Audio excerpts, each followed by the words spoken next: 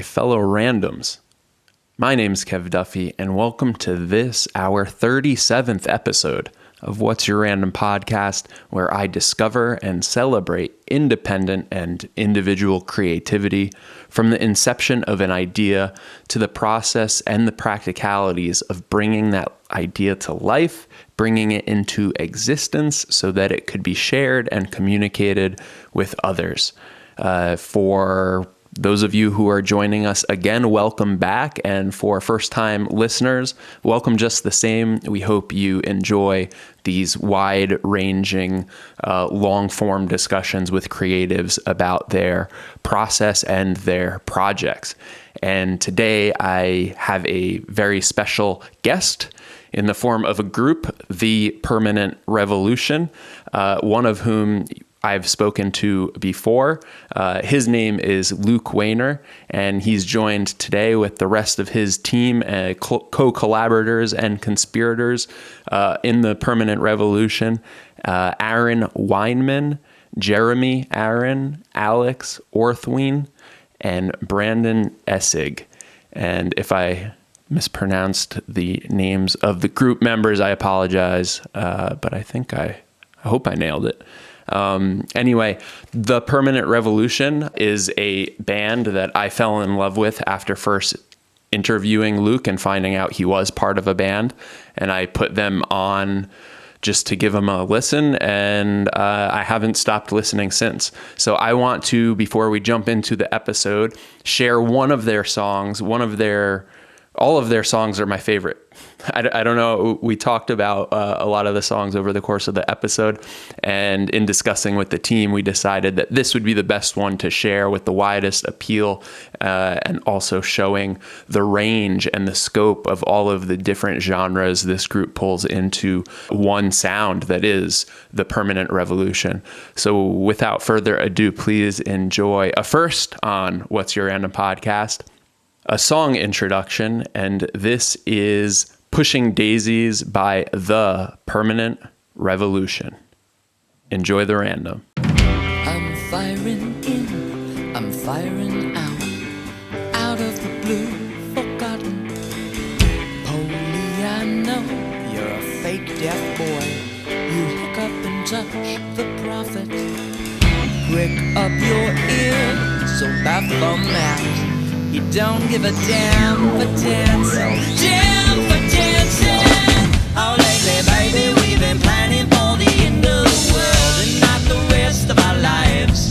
Yeah, I'm pushing daisies, yeah. I'm pushing daisies, yeah. Aluba's eyes pop and watch, framed by a baby's object. Rewrite my life or cut out my part. Together we'll lie so honest. Reclaiming slurs, squawk for squirrels, but putting yourself commercial, so commercial. Oh, lately, baby, we've been planning for the end of the world and not the rest of our lives. Yeah, I'm pushing daisies, yeah. I'm pushing daisies, yeah. I'm pushing daisies, yeah. I'm pushing daisies. Everybody here is wondering which way the pendulum is gonna swing. Forces shifting and the rules are changing. Lines are coding and you find that all that causes the fear is only getting is our safety blanket to between. Oh, lately, baby, we've been planning for the end of the world, not the rest of our lives. Yeah, I'm pushing daisies, yeah. I'm pushing daisies, yeah. I'm pushing daisies, yeah. I'm pushing daisies, yeah. I'm pushing daisies, yeah.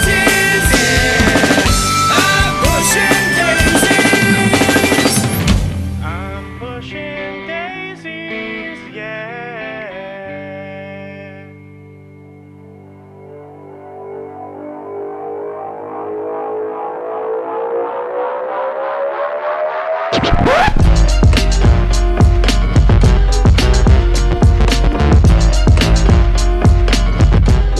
Yes, Did you- lady, record me. Continue, Well- please. And she was very polite about it. I mean, she was like, being recorded. I'm like, all right. We were welcome to Zoom, and now I get to welcome guests who have eluded me for many months during the pandemic as we tried to reschedule the schedules of 6 individuals. But I'm super stoked to have with me here today the permanent revolution. I almost said resolution, but it is my resolution that I was going to have you on this show, and here we are, the permanent revolution. Ow! Well, why don't we start? We already had some shenanigans and conversations, so we're all riled up and ready to go. Yeah. Starting with Alex, and then assuming on the top of our Zoom chain of videos here that we are in the same order. Let's have everybody introduce themselves, their name, their instrument, and role in the band, and whatever else you want to say for yourself. Alex. So I'm Alex Worthwine. I mostly play keys. There's one song coming up that I play guitar on as well, and eventually we'll have me playing saxophone at some point in our life. But for the majority of our purposes, I play the keys, whether it be piano or synths or strange noises, and sometimes harmonies. And when we first started, I was wearing makeup all the time. It's true. That's true. In life and or in the band? Well, I do clown. I'm a clown as well. So in life and then but in the band, being inspired both not by Insane Clown Posse, but more by the band Sparks and Klaus Nomi, decided that the keyboardists need to have a thing going on. I like it when you said in life and in the, I thought you were going to say and in the bed. And I was like, that wraps the show, ladies and gentlemen. We're done. All right. Luke is next on my screen. Hey, I'm Luke. I sing and I don't play anything at all.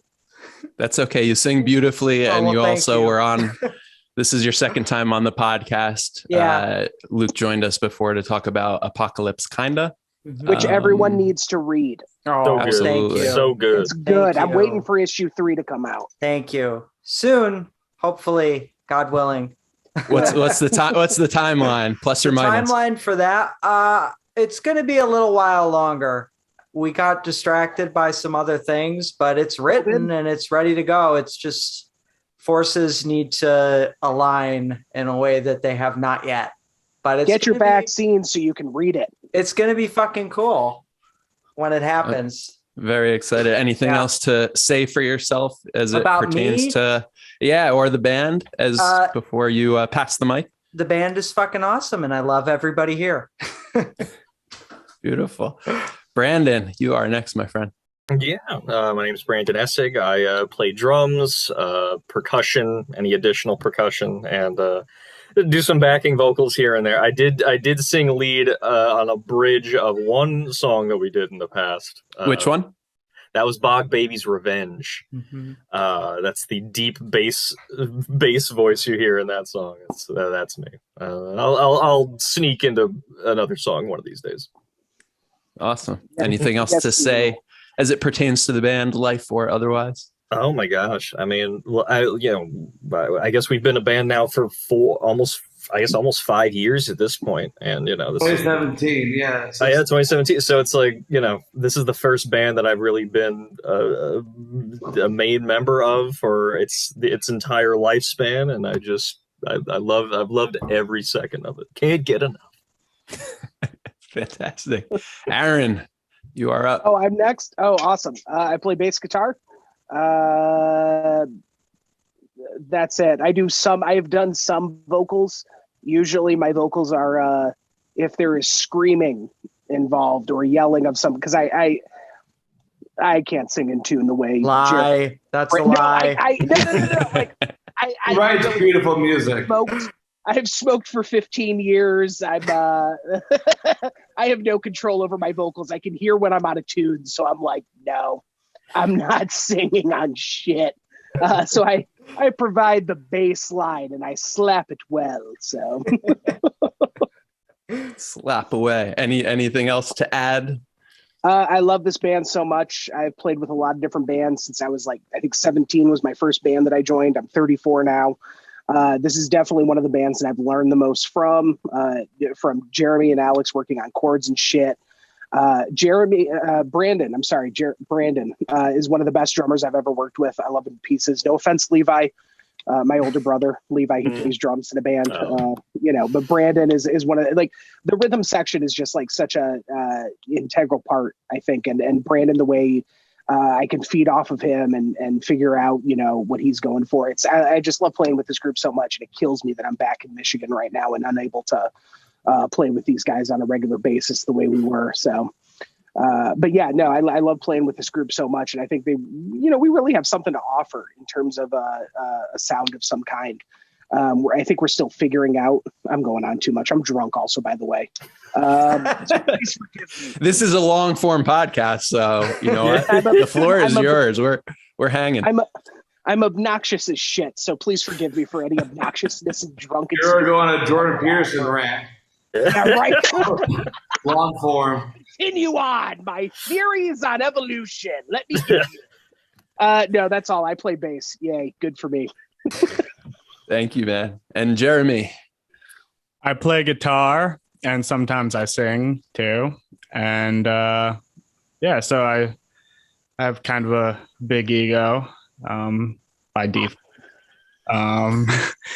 But no, these guys are like some of the most fun people I've ever played with. Just it's the first band I've been in where we really like collaborate writing. Like I feel like it kind of started as Luke's thing and he was like writing most of the songs, and then gradually like we all just started writing together, and I've never really experienced that in any other band where it works. And it works really well with us, just like all of our different influences and creative things coming together kind of creates a unique new sound.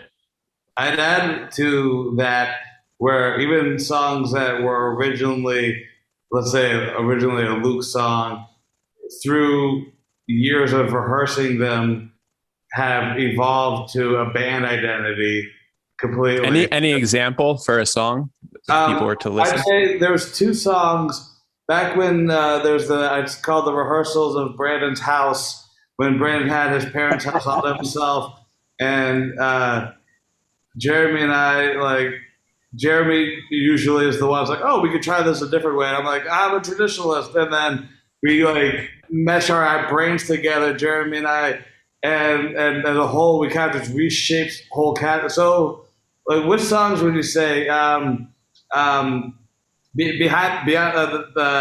mask, the mask. And then also rock and roll. No More Rock and Roll was one that we kind of really just. We've looped these songs completely from what they were originally into new beings. So that, in that sense, we really have become a collaborative entity. And our song "Falling For It" was, I think, the first song that came out of a jam.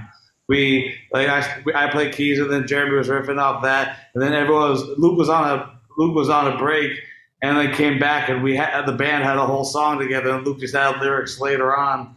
And so that was one where I'd say is the most organically a whole that came from every member of the band. Yeah, I think it's kind of started with Aaron going out to smoke cigarettes all the time. Yeah. You would be like just Jesus is gone. Let's work on something. So it gave you a chance to jam that would have otherwise been a little bit more constructive with everybody together. And then Aaron came back in and dropped the sweet bass line on what you guys were working on. I wouldn't say sweet. It took me a couple of rehearsals to get something worked up. Don't be so modest. No, I'm serious. It's like the chance of working with these guys, like Jeremy and Alex, I think are seriously, there has been stuff that I haven't thought about music theory since high school when I was 17, 18 years old. And then hearing Alex and Jeremy go back and forth about chords and what they can hit and what notes Alex can play on the synth while Jeremy's playing whatever chords. I'm just like, oh yeah, that music theory I learned. Oh, it's all coming into place now. I finally actually fucking understand it, 10 years later. So no, it's like I said, it's been amazing just hearing what they come up with and just kind of bouncing off of that. Yeah. Well, we have to carry the melody line, and so it kind of puts us in that position to play with structure in that way. But I also of that dynamic of that dynamic, we also are very.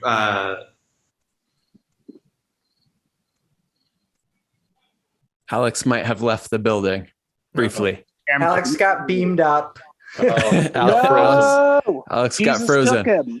The Wi-Fi in Canada is like notoriously spotty. Is that Thank true? God, Or are you just digging on Canada? That's true. Oh, no, Alex is there back. There he is. Back. Back Yeah. and closer than ever. How much Am I did you back? say that didn't? I make thought you were sense? miming for a second. Yeah, you just like. What I don't know what happened. I heard you guys, but I guess I was frozen. But what I was saying is that of that dynamic, I always find that Jeremy and I like to just push. We like to push the quality of the song into the best, like especially in recordings. If we hear one wrong thing, we're like, no, it could be better. No, it can be better. Let's make it better. I think just hearing each of you introduce yourselves, talk about already in your own personal introductions, your own love of the band, and then to hear this, that you guys are working collaboratively on the lyrics, which for me, and I said it before we started the interview, I'm a fan, guys. You guys are so freaking buttoned up. Thank you that so much, I man. can't believe it. Thank you. Yeah. I mean, buttoned up and original. I wrote down some things to tell you about how I feel. So sounds like, and this is for people who haven't heard the Permanent Revolution, check them out, because nowhere else would you find such a diverse mix of things that I feel like they were inspired by or maybe sound like in one way or another. Ted Leo and the Pharmacists, The Descendants, Rancid, David Bowie, the Beach Boys, Beastie Boys. How do you get that mix? But you do. You guys hit a stride. And then in terms of the lyrics and knowing that you work on them collaboratively, that makes so much sense, because I write by myself a lot. And a lot of times I'm rewriting the same sentence for 5 hours. I'm not kidding. But when you have more eyeballs on it, you get refined. And where's that sheet of paper? Just very, very, very subtle, logical, to the point, and easy to understand messaging. But it's just all very succinct, what you guys put in your lyrics. And it hits the points, but makes sense in music and rhyme. And yeah, I just think very highly of you guys. I think all your music is fantastic. There's not a song on Spotify that I heard that I was like, that one is, I would skip that track on an album. No, they're all singles. Yeah, you guys are fantastic. So much, Thank dude. you. Thank It's you. funny though. kind. The thing that makes me think though about like the eclectic sound of the band is that a lot of the time when you read about like famous bands, you know, when they were first starting out, so often the band members will say, yeah, you know, we all just knew the kind of band that we wanted to be. We all knew the sound that we wanted to have. And I think that with this band, that just was not, it started in such a weird kind of nebulous way. And everybody in the band, it seems, has such eclectic tastes and backgrounds that it just kind of frees us in that way. I think there's not a narrow box like, well, that doesn't sound like a Permanent Revolution song, or, well, you know, that's not the kind of thing that we would do. I will say that so this band originated with Luke assembling a crew of people who all of our common person was Luke. And Luke had songs that I think we all got behind. And through our own navigating of the feelings of Luke's songs early on, we were slowly able to incorporate our own influences. But we were able to also find common identities that we all shared together. Like we all have had, when we talk about music with each other, there's certain bands, like let's say the New York Dolls or the Ramones and Bowie, that like seem to be at the charge of what we're trying to play with. But we all, like I'd say Jeremy brings, Jeremy's also a fantastic violinist or fiddleist, depending on what genre you want to define him in. And Jeremy has this great classic rock influence. I have a lot of weird 80s influences, and Meatloaf is a big influence, like Jim Steinman. And Brandon comes from a big metal background, and Aaron comes from a big punk background. But we all seem to have a common passion for a circle of sound, which always has happened to land on Halloween. Very well said. I think there's also like a playfulness in the way we write. Like, I don't think any of us are coming into this being like, I'm going to be famous. Like, so like we're in it to have fun. And that's like our first priority. And I think that comes out in our songs. And yeah, also like just the, like Alex was saying, like the way we write, like we almost have like this new wave classic rock with punk, like all intertwined. And I feel like I haven't heard other bands really do that yet. So to me, that's just fun. Like, Yeah. I lyric wise, like Luke is, I mean, well, I say Luke, Jeremy, and Aaron have been prominent lyricists. In my process, if I write a song, it's usually the melody and then Luke adds the lyrics, or I might have a riff of the chorus, what the chorus might be, but Luke fills in the blank there.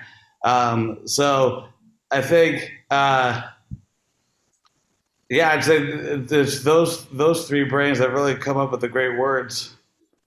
And how does that process take shape? Is it on a song by song basis, or does it start with the idea for a chorus? This is what I love about this group so much, is that Luke never had any kind of like I still feel like as a band, we're still trying to find like our identity in some way, because like a lot of our songs do sound like from different genres simply because we're all from, like, we all have such different musical backgrounds.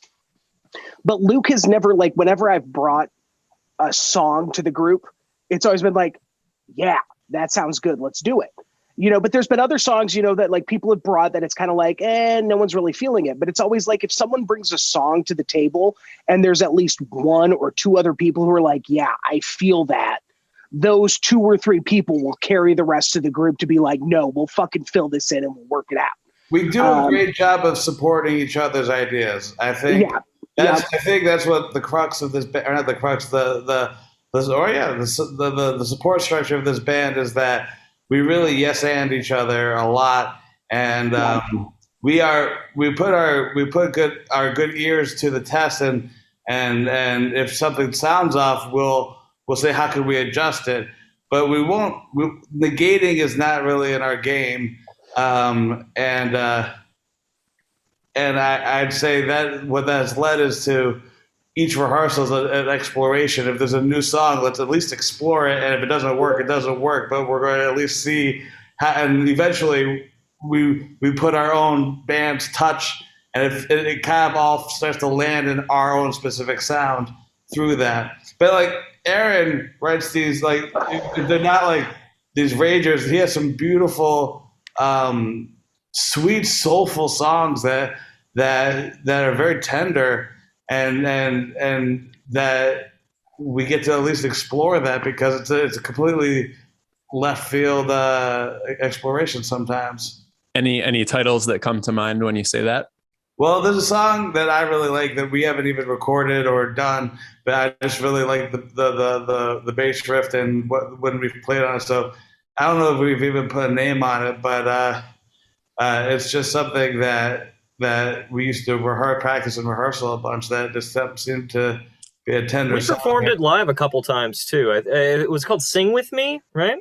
Think of Me. Think of Me. That's what it was. Yeah. I like an interchangeable title. They sound so similar. That might be it. I kind of like Sing With Me better. We're changing the name now. It's That's Okay. because Aaron, I wanted you to sing it, and you didn't want to sing it alone. That's No, right. I didn't want to sing it alone. Sing with me. In terms of writing process and collaboration, I know my personal process with Luke has been like I wrote while I was waiting for AAA to replace the battery in my car. Pushing Daisies was kind of a song that I was fucking around with. I'm sorry if I swore on a podcast. But, No, you good. You good. Swear away. that I was playing around waiting for AAA, like to kind of do a Nirvana style song, and I had a beginning of a chorus or beginning of a verse and a chorus, and I often like sometimes if I usually don't think of lyrics too quickly, so I just have mumbles and send them Luke's way. Or Bog Baby's Revenge was requested by a friend who had a movie he wanted to make, and he hasn't made this movie yet, but we made his theme song. So Luke came over and I did I composed chords while Luke wrote the lyrics to that. So that's been my writing process. Jeremy usually comes in with a pre-prepared song. And how's that work, Jeremy? You bring a song and then just have people riff on it and try to build further lyrics from there, or you usually bring a whole complete song there? I've only done like 2 songs that I wrote fully and brought to the band, but yeah. Which ones are those? Well, one is we just recorded. I'm not okay. Yeah, sorry. If you're to allowed to share. But the other one is what's the other one? How long? How long is very classic rock, but I brought it, and I usually, we'll figure out the arrangement. Everyone will kind of put in their own vibe and taste to things, and I'm just like, yeah, it sounds fucking good. Let's do it. So I think I sent just like me playing on an acoustic guitar with. Yeah. And then we, once we joined up in rehearsals, we all kind of fleshed out the structure of it. We even added some sections. I mean, Yeah.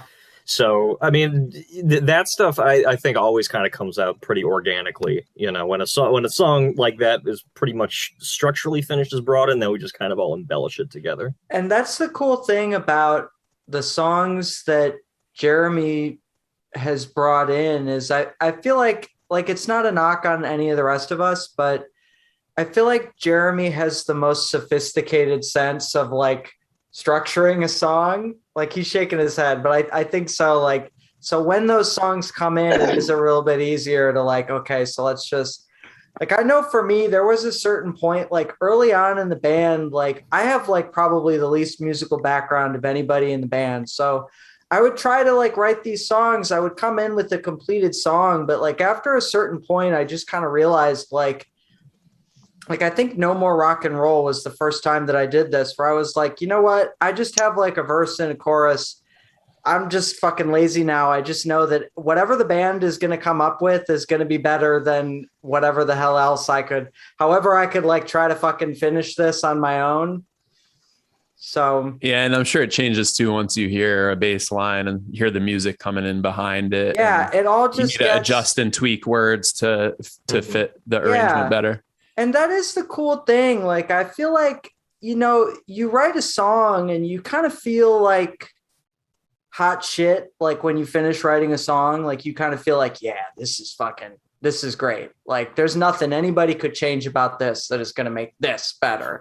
Yeah. And really quickly, what I've loved about working with the band is how quickly you realize, wow, like what these 4 guys can do if you just like let go and kind of trust that like whatever idea anybody might have that might in the moment seem like, oh no, that's wild. Like that's going to fuck the whole thing up. Like if you just like can let go of that, like it always just makes the song so much fucking better. Yeah. Well, it sounds like everybody is really complimentary, like all of you. And I've witnessed this before in groups, various creative circles and groups, that when you have people who have strengths in different areas, then you don't have competing in one area among two people with the same set of skills, and you just end up strengthening the whole. And it seems like you guys have found yourselves, that's a why group we of people haven't, who really complement one another. That's why we haven't gotten a second guitarist yet. Do you think you need any extra or other instrumentation? No. Yeah. Okay. I was gonna say. I mean, if it ain't broke, don't fix it. Jeremy's amazing on guitar. It's like, and this is the thing. Like, we've been in the studio like 3 times, and Jeremy's just like, I kind of want some more guitar. And like the first time we went to the studio, I'm kind of like, we don't have another guitarist. And then Jeremy's just like, no, I'll play it. I'm like, oh. Yeah, Jeremy can do that. Like, he'll just fucking come up with something that he was thinking about, and then like give him 10 minutes, and he just lay it down. Like, no, I don't think we need. And like our I feel like our like recordings, not for the most part, but like well, like the recordings that we do when we're in the studio, it's kind of like we have a chance to like double on guitar or double on drums or add some percussion that Brandon couldn't play when, like we're doing it live and he's got to run the kit. But I don't think it takes away from our, live performances when we jam live. It's just like, it's a little bit different. Maybe it'll sound a little bit simpler, but it still grooves and it still rocks. And it's still like a fun show to see. And I think that's something that like, we have something with that. Like, we still put on a good live show. Oh my God. Yeah. I could only imagine you guys are even that much better live than what I listen to. And I already rock out to what you guys recorded. And I would say in terms of adding extra layers to the music, like I'm not an audiophile, so it takes me longer to hear things and multiple repetitious listenings to hear all the layers. And I heard some keys that I hadn't heard before on one of the tracks today when I was listening. I was like, oh, that is sweet. That is so well placed. And it's just the right amount, So that's my own, untrained ear giving some advice, but I love it. No, I was just going to say that's what's so great about Alex and Jeremy is that like they hear these other sounds and these other like things that will like put emphasis in the music, and like it's shit that I don't hear it. It was that point that I added to my list of things that I thought of when I was listening to you guys, Beach Boys. It was that point when I heard those keys that I was like, wow, that's like a little Pet sounds kind of like warm and fuzzy. when our first round of songs dropped back in 2018, one of my like dear friends from college, he listened to the EP and he was like, I get like a punk but Beach Boys, like a punk Beach Boys sound from it. He's like, how did you guys land on this sound? I'm like, it's just we just worked. I guess to the previous point, a lot of these songs have gone through so many drafts and iterations and different structures even. And so we're even, I would say throughout 2018, 2019, when we were playing a lot of live shows, we would rewrite songs just in rehearsals for those shows and be like, hey, let's move this section to the end. Let's move this section to the middle, like things like that. So we're always tweaking to just kind of see, all right, how do we not only keep this interesting for the audience, but interesting for us, like what new things can we find in these songs and in this music? And that's, add that to the list of things that I just love about being a part of this band.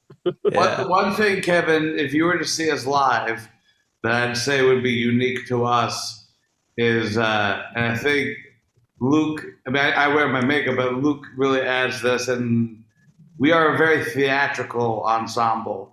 I wrote, you're stealing all my questions. No, steal away. I don't need to talk. You guys could just, Alex, stop it. You're stealing his questions. You're stealing my questions. No, because I remember speaking with Luke. We spoke briefly about the Permanent Revolution when I interviewed him for the comic, and he talked about the performative nature of the band. So Alex, steal my questions. I think a lot of us are theater background. We are all interesting. Like other careers or actors, but and we all I think have a flair for Alice Cooper, Kiss, Iggy Pop, David Bowie, and I mean I mentioned Klaus Nomi particularly for myself, but I think Luke as a frontman has really led the charge in this, where each song has more than just we're not just standing there singing it. We're in uniform. We're charging the audience, dripping blood down each other's face, and there's a narrative. I think that's Luke's love of really playing the part and playing the character, and we have a forward charge to our attitude that I think brings back to the New York of the late 70s. And New York Dolls. We cover the New York Dolls a lot these days, and that theatricality is a big influence on us. Mm-hmm. Anybody else? Yeah, go ahead, Jeremy. Like an element of glam in there of just like, let's do like the craziest looking shit that we can live, and like crazy, so crazy but not so crazy that like we'll get kicked out of the venue, but like threshold of That's a goal of mine, by the way. All right, so we are going to have to do that eventually. We're going to have to get kicked out. Well, they almost didn't. Like, I remember when we played The Bitter End, and I think, Kevin, the last time that we talked about like the eggs filled with blood. Did we talk about that? Please tell them. Please. Let's try something. Do you guys want to try something creative, and you each say one sentence to try to tell that story in a row? Well, I don't know if the rest of the guys know the story. Okay. I don't remember it all that well. So it was the first time. It was the first time that we played The Bitter End, and The Bitter End is great, but we had never played there before. You know, they can only vet so much the people who they let come to play there, so they're always a little like trying to clock you when you get in there. Like, what's this band about? But I remember I showed up for that show. It was the first time that we played it. And I come up to the door to like come in, and I've got a carton full of eggs. And the dude at the door is like, whoa, hey, what's with the eggs? And I'm like, and I'm like on stage, it's a whole other story. Like, we're all taking our clothes off and being crazy. But when I come in, I'm just like, oh, hello. It's for the show, and he I'm hungry. Yeah, So I can't remember now if we used the eggs that night or not, but he was. You did. Okay, so he was cool, but yeah, he almost fucking canceled the show over these eggs. I'm trying to explain to him like, oh, they're filled with blood, and I'm gonna smash them. But no, nothing like that. Nothing so bad. Well, no, there was that first night at the Bitter End. I remember me and Jeremy were there when we were checking out one of the bands that was playing before us. Yeah, and they had like if you're going to sit at a table, you have to, pay $25 in drinks. And me, Jeremy, I think sat down, or maybe it was Brandon. We sat down at a table like, yeah, let's check out this band. And a waitress came up to us and they were like, hey, what do you guys want? We're like, oh no, we're not drinking. We have drink tickets, we're not. And she's like, well, you have to pay $25 at the bar if you're going to sit here. And we were all just like, no one has fucking $25 to spend on alcohol. I bought a 40 at the 7-Eleven down the road. I'm already drunk. No. So we all just got up, and then like most of the people we brought there, I think our second time, we had this huge crowd off to the left, hanging out, standing in front of the bar because no one was going to pay to sit at a table. Like, kind of like, nope, all of our fans are playing this way, and yet the stage is facing this way. Look, we're not now we're never going to play The Bitter End again. They're going to watch this shit, and they're going to be like, oh, you guys yellows. Fucking hate us. They were cool. COVID, The Bitter End would pay bands, like actually pay bands to come and play at their bar. My favorite story of another band, when we played Desmond's Tavern once. So we have like I haven't worn the makeup in a while, but like we have our like theatricality and stuff. The band before us was two people. One guy who was gyrating and shaking about, another guy playing like a drum machine wearing a horse mask. And that was that was fun. I don't remember that. That was my other favorite theatrical band to play with. What was the gyrating guy playing? His rib cage? He was playing guitar, but kind of had the competition act going on. While the other guy was playing a guitar drum machine thing with a horse mask. It's fun. You gotta do stuff like that. You gotta. what does the future look like in terms of New York playing in live? Is it a thing? We're going to become again? a techno band. We're gonna The venues are coming back. Venues are definitely coming back. Yeah. Yeah. Have you guys? I mean, you guys have a set list that's long enough, and you're certainly good enough to like get out of the city and explore and road trip. And is that in your future? We've talked about getting in a van or RV or whatever, and doing a like Rust Belt tour. And also Sun Belt down in North Carolina, maybe. I'd go down there. If we went down south, though, I'd want to get like Stop the Presses. My new favorite band. Oh, haven't heard of that. I'd want them to come with us. Like they're a group. Like if we're gonna do a tour, there's a part of me that's like I want like another band to like either tour with us or like bands that we can meet up to put up a fucking show. Yeah. We've Yeah, never that makes toured sense. before. We've like done sparse gigs here or there that we work up to either loyal, like cute, decent sized crowd of friends or played our best set to no one and we're like, wow, we played better than ever. But we've done but a tour, I think we get more of an audience out on a tour to different other towns outside of New York who are curious to see live music for the first time. I think that's how we need to get a larger following, even, is just hitting the road a little bit, getting out of our pool. Yeah, I remember the first time I think Luke brought up wanting to tour. This was maybe end of 2019. He was like, "Yeah, I'm looking maybe we can like spend like a couple weeks on the road starting in like March." And that's March 2020. So obviously that didn't end up happening. But by that point we had recorded our second EP, so we were like, all right, now live shows are not happening. What do we do with this music? And then I think it was Jeremy's suggestion that we then put them out just one song at a time, because we had no idea how long lockdown was going to last, how much longer it would be before live shows came back.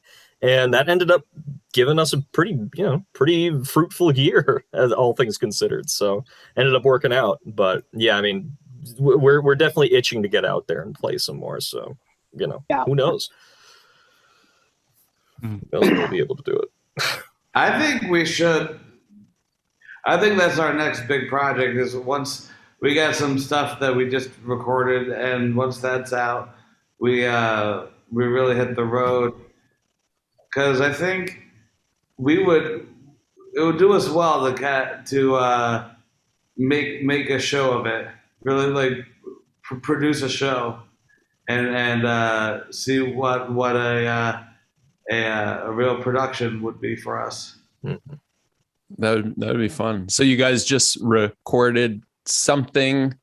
Can we talk about what that is? And I mean, maybe not in great detail, but any general information about when we could hear that. It's an accumulation of stuff that we've had forever that we just finally are putting on tape to say, and some new stuff as well. Mm-hmm. Cool. So stuff that we've had since the very beginning of the band that we're finally saying now it's time for that music to shine, and stuff that is a little bit more recent as well. Yeah, like brand new. I mean, some brand new stuff.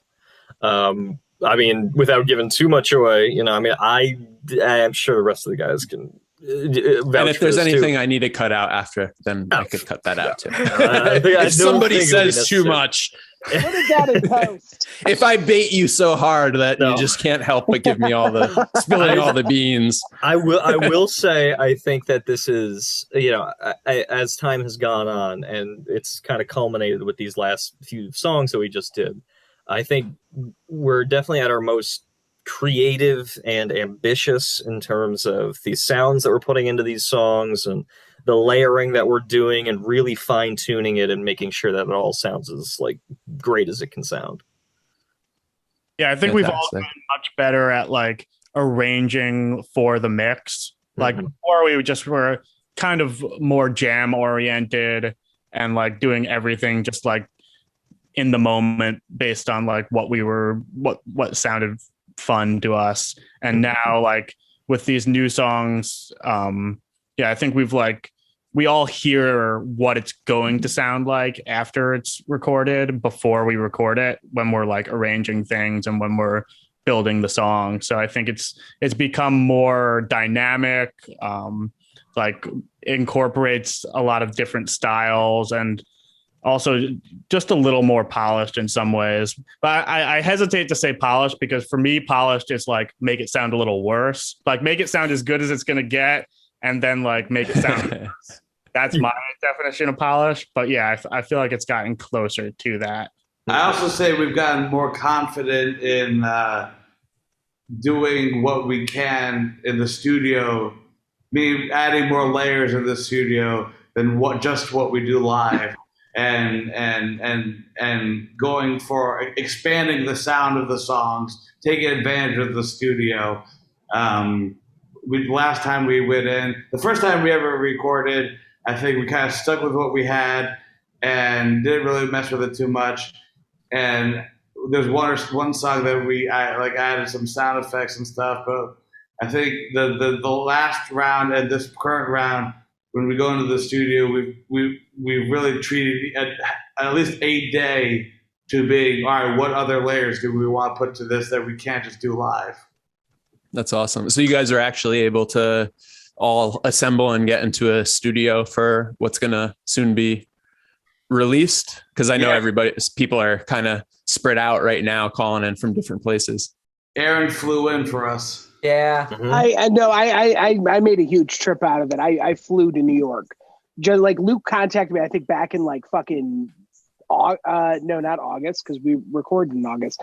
Back in May or April, like just like, hey, if we decided to record more, would you come out for it? I'm like, fuck yes, I would. Like, yes, I will come out. And we're talking about doing our first like live show since the pandemic in October or something. And it's like, yeah, I'll fucking come out and do a live show. Like I'll get another fucking place for a week and fucking rehearse and record before the show. Not record, I'm drunk. Rehearse and then perform. But it's just kind of like, I think like all these guys are like back in New York and New Jersey, and I'm like fucking back in the middle of BFE, Michigan, just like fuck. But no, it's like I love playing with these guys so much, and I miss playing live with them. It's like, no, I'd come back in a heartbeat just to play. I'd say even more fun than live is just us in a rehearsal room and really watching each other grow with each other as we develop the songs. Mm-hmm. Yeah, that's a special moment too. So has any of the creative process been virtual? No, yes. Not really. Yes? In what way?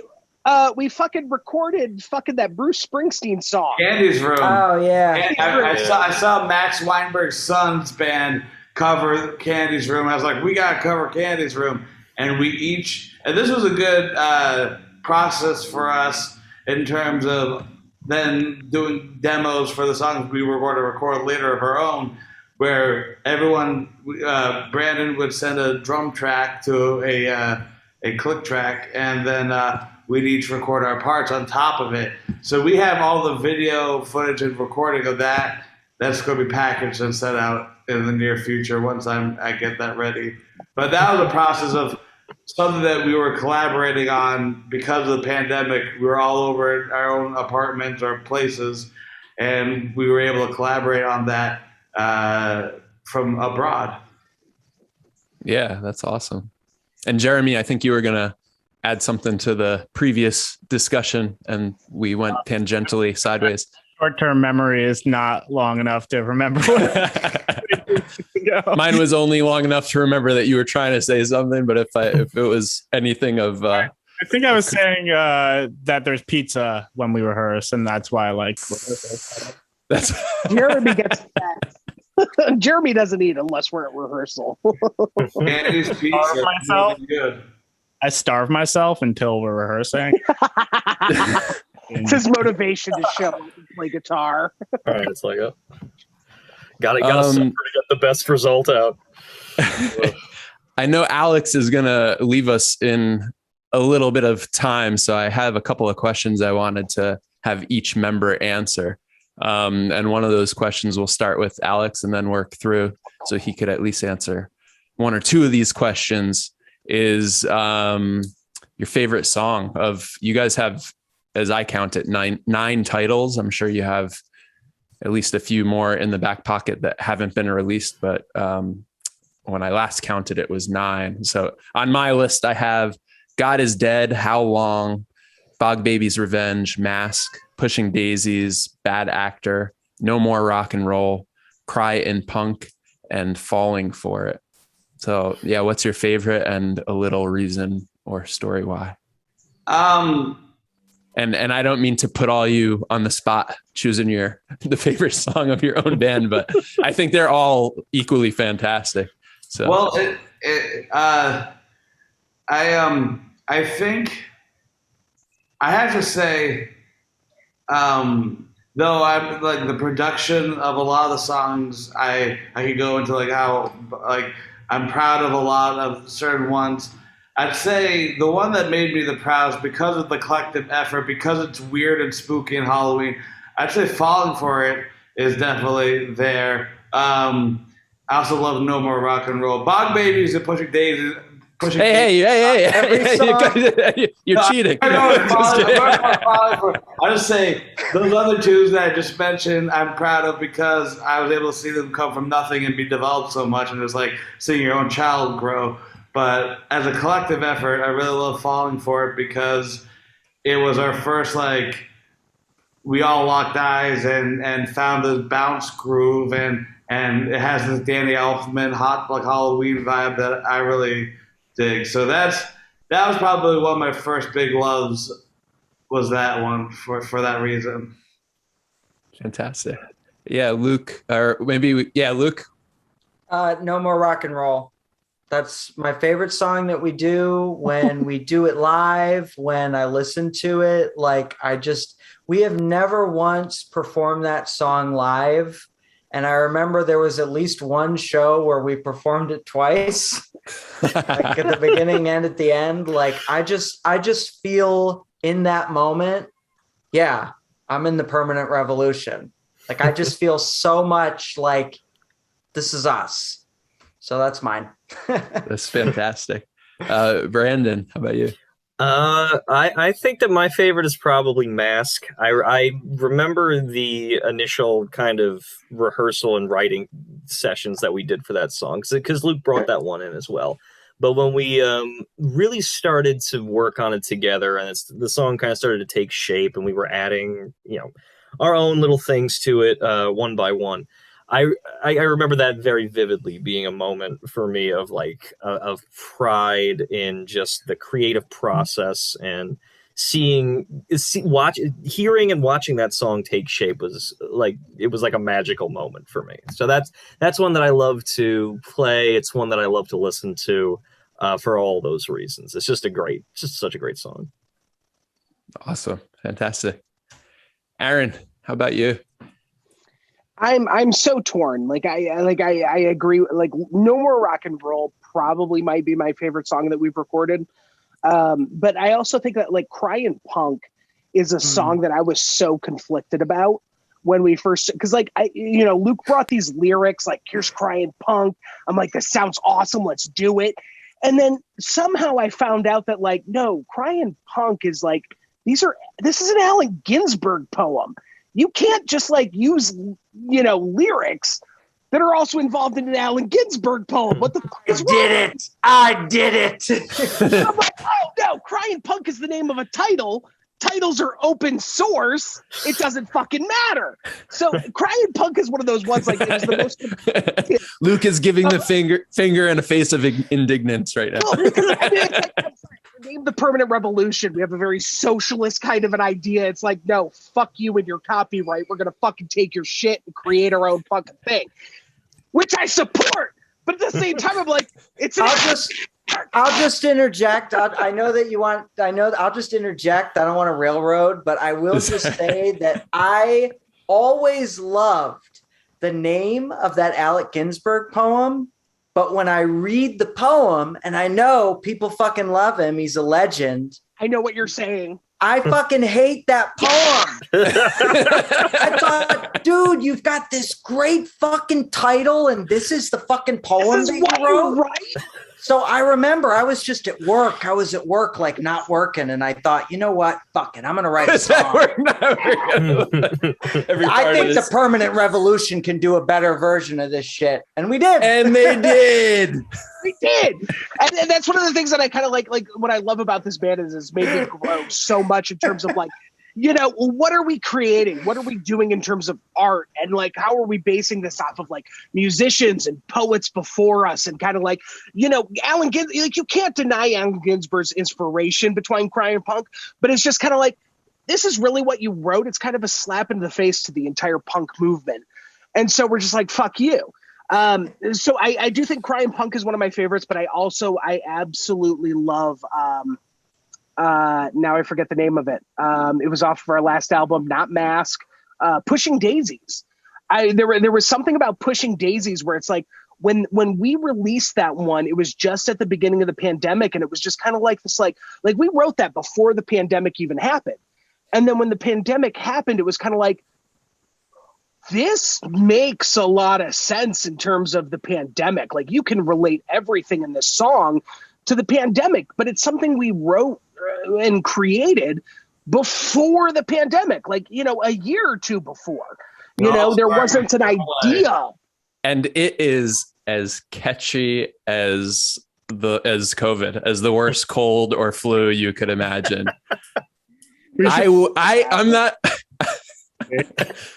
I'm not shitting you. I've woken up, guys, with your song in my head. I'm pushing daisies. I'm very proud of that. How that like just grew into the alt 90s classic that it is. Dude, where is it? One of the other things I wrote down was a new 90s for the 2020s. And it was kind of based on that song. So if that's what you were at all going for, a new 90s for the 2020s. Love it. So yeah, those are Pushing Daisies and No More Rock and Roll. And then there is a song off of our newest music that we're releasing about a woman on a motorcycle that is definitely up there. It's definitely one that, like, look out for it. It squeezes into the top 3 place.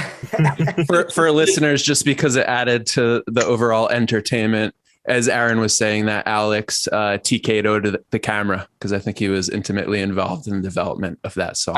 That song involves. Alex, tell your story. Tell your story about how you wrote that fucking song. The song that we're not naming right now was written while I was butt naked wearing a top hat at a piano on acid, and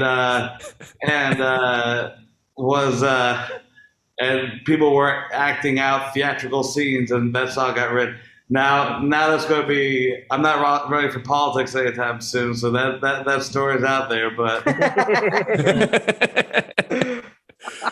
oh man, that is swift. I can't wait to hear it. Jeremy, how about you? Oh man, I was gonna say Pushing Daisies, but there's also a song off our new album that it has a kind of Motown soul influence, and I just love that music so much. It's like Temptations, Stevie Wonder, James Brown, like all of that stuff is like my heart. So the fact that we're doing something with a little bit of that influence really makes me happy. But yeah, Pushing Daisies, it's the way that came together. It evolved as musically. After we released it, it took on a whole new meaning, like Aaron was saying, and it's also just like super catchy, and like it's also minimalist in a way that I really like, where it kind of just grabbed your attention by not like throwing too much. Like it's not like a wall of sound. It's like there's like a bass at the beginning, and like it's like, oh, it like makes you lean in a little bit. It does. Yeah, that's a perfect way to describe it. Leaning in. So I grew up in New York, and I was like in the punk scene, going to punk shows pretty frequently in the 90s and early 2000s. And there's a group, Brandon, if you're from New Jersey, you might know them. They're called the Bouncing Souls. The Bouncing Souls, no one can beat us. We drink beer and wear Adidas. Anywhere. You got I I know fellow, that. another fan. But yeah, like there's just a couple of punk bands. You don't sound like one of them, and they're all unique. Like Bouncing Souls are pretty damn unique. The Descendants are pretty damn unique. And you guys are like a little toe in each of these, and then the rest of your toes on your own solid ground. It's it's just really cool shit. I'm going to have to head out, but I do also want to say one thing that I'm really proud of is how the song "Bog Baby's Revenge" Aaron, again a product of the pandemic, took this very theatrical song, and Aaron and his whole family made a stop motion music video to. So that's a collaborative nature of this band and its creativity. That was Aaron and his family just taking the reins with creativity on the narrative of what was supposed to be a movie. Is that on YouTube or somewhere where you could watch it? Yeah, no, it's on YouTube. You can definitely watch it. It was I'm stuck in Michigan. There's fucking nothing in Michigan. It's a fucking BFE bullshit here. Yeah, let me download this stop motion app. Alex had this song that we recorded. I'm like, this is a great song. I'd love to do this. So last September, it was about a year ago, we start fucking around. I can't find actors. I'm like, my sister-in-law has free time. Come over. Let's record you. So my sister-in-law, my sister, we're traipsing around in the woods, fucking taking pictures of shit. I couldn't find anyone to play the male actor, and my brother is available. I'm like, he's never acted in shit. He's a barber, for Christ's sakes. You want to be in this? We're going to cover you in fake blood and have these baby dolls attack you. Yeah, okay. Can I smoke pot? Yeah, you can be stoned as shit. Let's fucking do it. So it was this great. It was like to have something like what Alex created with Bog Baby's Revenge based off of George's idea of a movie. It was just such a great, cool, let's fucking do it. And it was such a great way to just spend your time in doing shit. And it's like, it's a shitty stop motion music video, but it's just so fucking oh no, this is fun. It's just I could imagine fun. that it is perfect for that song. It worked pretty good. I'm proud of it. I'm very proud of it. I say these are, and Luke experiences, everyone experiences with their own stuff, but seeing a baby grow, a band take a whole baby grow into such a crazy thing, it's the best feeling watching it, have everyone support an idea. And every one of us has gotten to go through that process of watching one of our creations go through the full creative process. Yep. That's fantastic. Yeah. I gotta run, my friends. But Kevin, thank you for hosting me, and I love each and every one of you guys, as you all love know. you, Alex. And we will chat soon. But enjoy the rest of this podcast. Thank you, Alex. It's a pleasure meeting you, man. Thanks for joining. And it's time to celebrate Ryan Savato's birthday, 35. Hey, Ryan! Happy birthday. Good time. I started doing a air horn sometimes on the podcast. All right, see you kids. Love you, Alex. Hi, Alex. Love you guys. Can we take a 5? Yeah, fuck him. No, I'm kidding. By the way, that guy out of the band. He sucks. He's fired. He doesn't write any of his own music. Can we take a 5 so I can feed my hungry cat? Yeah, for sure. I think I could even pause. Pause it. Make sure I don't stop it. Recording in progress. We are back, ladies and gentlemen, after a brief intermission, and we already started chatting a little bit again. Where do you guys want to pick up? That's my job, but you guys are pretty good with. Come on, what do you have on that sheet? I know. Okay, let's dig into the meat of Alex some questions. Let's dig into the meat of it. I when I was listening to you guys, I was like, and now that I see you guys interacting, I feel like you're a match made in heaven. And yet you are so critical of God. And my thank you, Aaron. I appreciate it. One of my favorite songs, and I don't know what title it is, but you guys say Jesus isn't real. Which song is that? It's God is Dead. Yeah. That song put into words and song and sequence my feelings exactly about various things in various ways. And that's the song that I felt was so subtle and yet direct and extremely succinct in its messaging, so that it's very obvious what it's saying, but it could also, I think, strike a chord with a lot of people. And I also feel like it's very logical, like what you're putting down in that song can't be refuted.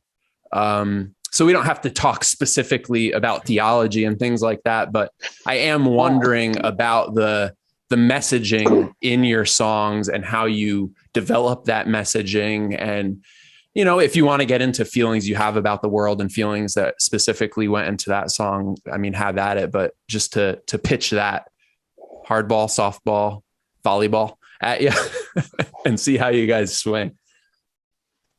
Well, Aaron wrote it.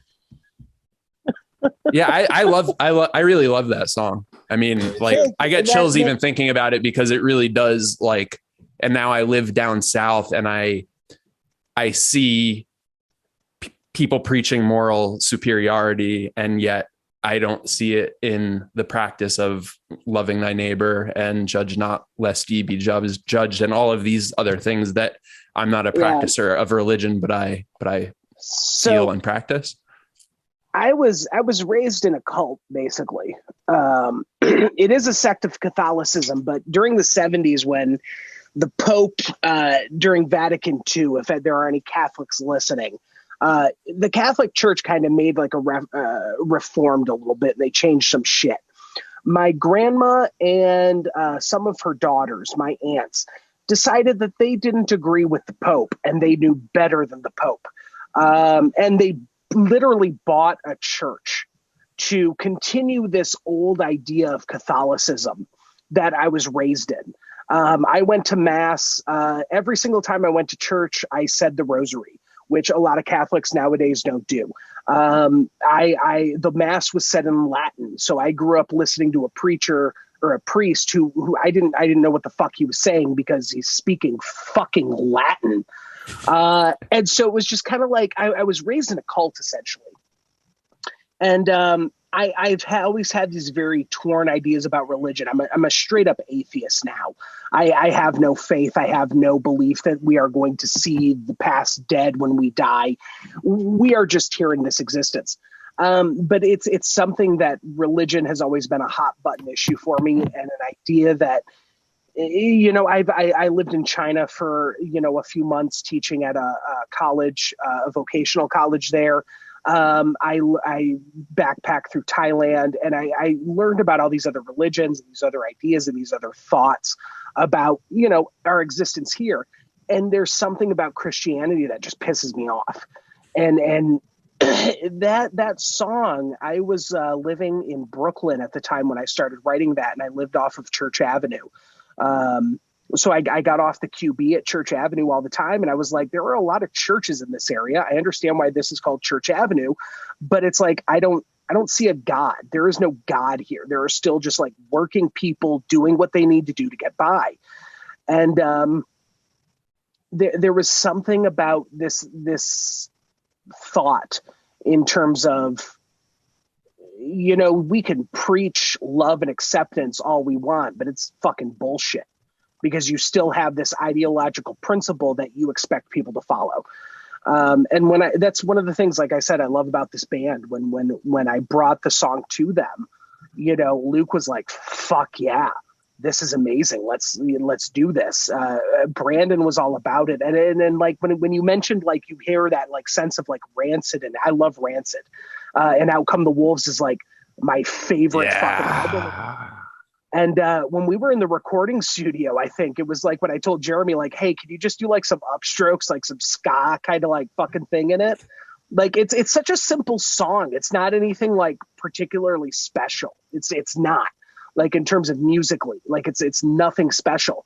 But there, you know, it's like that is just kind of how I feel about it, and with religion in general. And when we were recording that song, I think it was while we were recording, I wrote that like spoken part in the song. And these guys wanted Jake, our guy who was recording us. He's amazing. He's an amazing guy to work with. There was like some talk of like, hey, let's like give it like some demonic kind of tone to it. And I'm like, no, like we can't do that. I just want my voice to speak this thing in it and just to make the statement. And then after listening to it, when Jake sent us the files, I was like, the rest of the band was right. Like it needed like this kind of like comedic kind of take, like this kind of humorous, grovelly, demonic voice to come up in the middle of it. And it was something that like I said, like I love about this band is that like, if you just take a minute and just listen to everyone else, it's going to be golden. It's going to be okay. Like they will carry you and they have the idea. So like, there's so many times with this band, we've come up with something like 3 people or 2 people are like, no, I like that. And then it stays in the song and then it's good. I'm drunk. I'm sorry. I'm rambling. Dude, you're not at all. You're being very on point, actually. You showed your hand. You had a good poker face. But I just, my issues with religion are just with the religion that I was raised with and this Catholic, like it's not even Catholic. It's some like offshoot of Catholicism. That's some bullshit idea. I was told when I was like fucking 11 years old that no, on midnight on 2000, when the year turns over to 2000, everyone's freaking about Y2K. I'm freaking out because all of these people in this church I go to are like, no, Satan's going to appear in your window. So don't look out the window when the, midnight hits because Satan's going to be there and he's going to take your soul. So I was kind of raised with this kind of like fear of the devil. And my grandma was always telling me like, no, the devil is real and he will take your soul.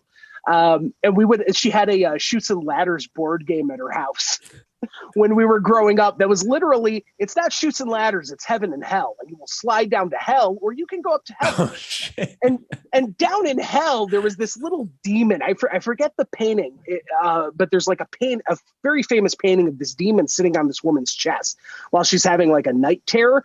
And it was like one of those little demons that looked very similar to that, sitting on a rock while these 2 little children, a boy and a girl, very blonde-haired, blue-eyed, were literally in a lake of fire burning with this fear of just like, I'm burning alive. And then up in heaven, it's God, but these 2 little kids are, praying and kneeling and praising Jesus.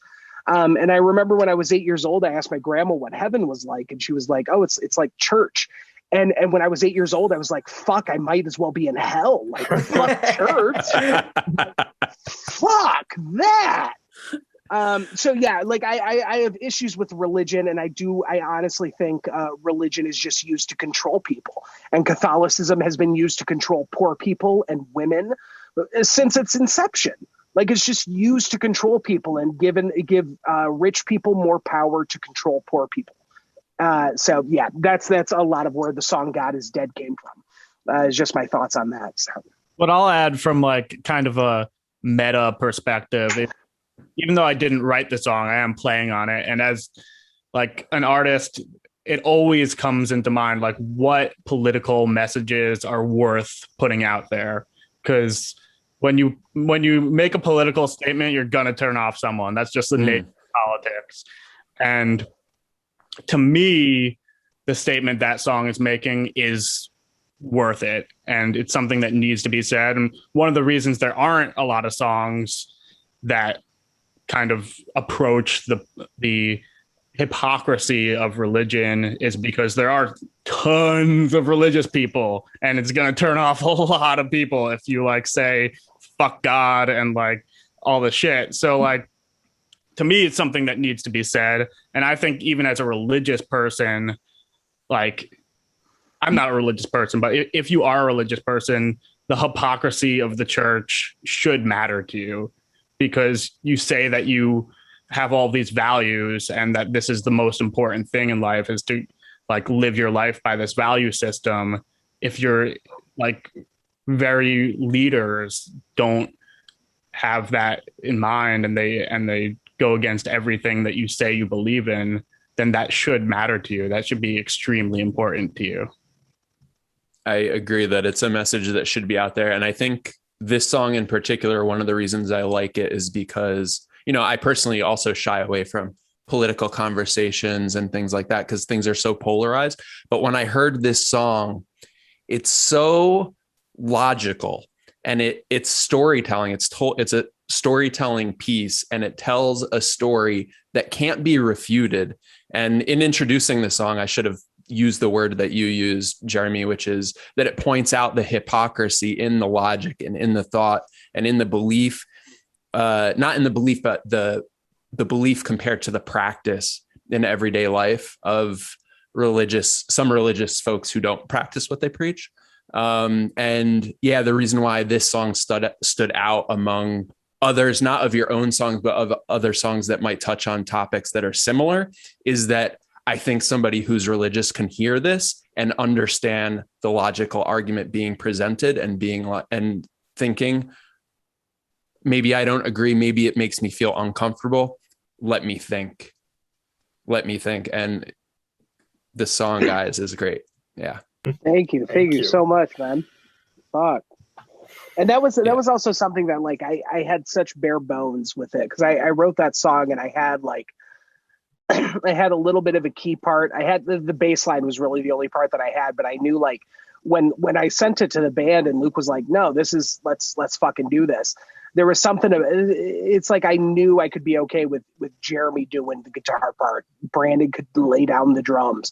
Luke could sing it. Like it was just something like like when you create something and it's your baby and it's like it's something you own, it's something you created, feeling totally comfortable with letting other people add to it and do things with it is just kind of like, no, this is fucking great. And it is one of those things that I still feel like I need to work on. When we were recording the song, I was very kind of like a stickler about like, no, let's do this. No, there was one part where I told Luke like, no, Luke, there's no like, but it's and. And not it's your but. baby. It's your baby. And I mean, you have a very personal connection and personal story with this song. It only makes sense. But you're surrounded by band members, and in other situations, they're probably in your shoes, that they're supportive and understand where you're coming from, but can also jog along the process to get you guys where you have arrived, which is just being awesome. Yeah. No, and that's why I love this group so much, is that like you're comfortable letting them add to what you've created or take away from what you've created to create something even better. Like it's great. It's a great group of guys to work with. I love it. Yeah. Yeah. And I should also point out that the song is like really like from a listening standpoint, messaging and lyrics meaning aside, very sweet song to listen to. Like Luke, the vocals, the music, the track laid down, it comes together in a very just perfect way. Yeah. There's no other way to describe it. I love that song. Thank you so much, man. Oh yeah. That's one of my favorites for sure there. Oh, thank you. My mic's falling apart. No. Any others that you guys want to talk about the construction of or meaning behind, or that were personally special and or relevant in messaging to Luke, Brandon, or Jeremy? Well, I will say I like to use this as an example, which is our song "Bad Actor" from the first EP that we did. I referenced, a good friend of mine who listened to those songs when they first came out. He was like, I really am drawn to the lyrics of this song because it really because he and I, we met in college. We were both actors, and he was like, it really does seem like this song is about having two sides to yourself, two personalities that you're kind of at war with, but you're trying to make work together, and kind of feeling split between these two different people that exist inside your head, who you are in certain situations and who you are in other ones. And I've always really enjoyed this, the lyrics of that song in particular. Every other part of the song is also great. I mean, I love the beat. I love all the keyboard effects that kind of take the song out, but the lyrics of that one, I think there's almost something new to uncover each time you listen to it. Can I say that was one of the songs that stood out to me more when I was listening and refreshing on you guys today than when I first listened a couple of months back, and I There you revisited, and that song jumped out in exactly that because of the lyrics. And I think there was some lyric that referenced like wanting more of something or wanting something in that song, if I remember correctly. In the chorus, Maybe. as long as people think they want it. Yeah. And I Yeah. wanted to know what, if there was a specific it in that song. I know this is like getting behind the lyrics, maybe a little too much, but I was pretty curious. It's funny that Brandon, that your friend had that interpretation of the song is interesting to me. I mean, I really like that song. I've always thought that is a great song. It's really fun to do live, and I think the recording sounds great. And it has kind of from a theme, it's like also that survival, like that what? The strongest survive kind of, and fuck the loser kind of I messaging think, and theme too, and being critical of that.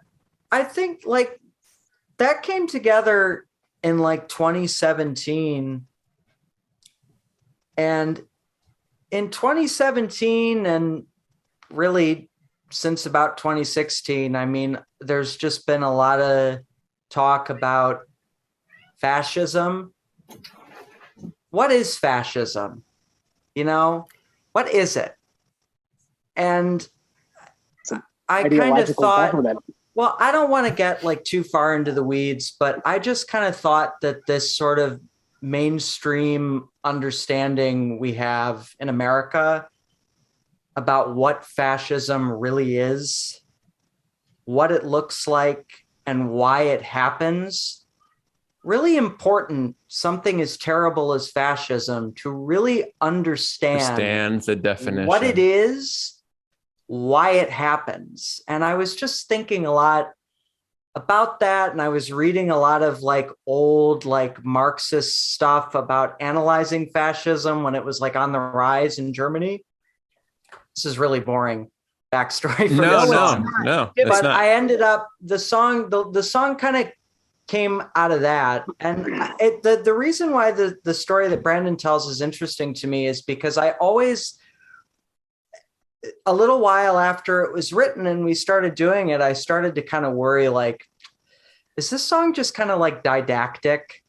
You know, is this just kind of like a boring, like, you know? So I'm kind of glad to hear, Brandon, that your friend had that interpretation of it, that there was enough room in the song for your friend to to maybe read something different into it than I might have thought. It is I guess almost sort of tangentially related to that, you know, the idea of the face you put on, you know, with certain people as opposed to other ones, and how that affects, you know, your image to, so I mean, you know, it can kind of go either way, but I mean, I did also appreciate the fact that there's, you know, you can interpret it however. I think that's cool. I think that like there are two kinds of like political songs. Like there's one like God Is Dead, which is really direct and really clear. And its strength is how direct it is, you know? It's like right in that sweet spot where you can't fucking mistake what that song is about.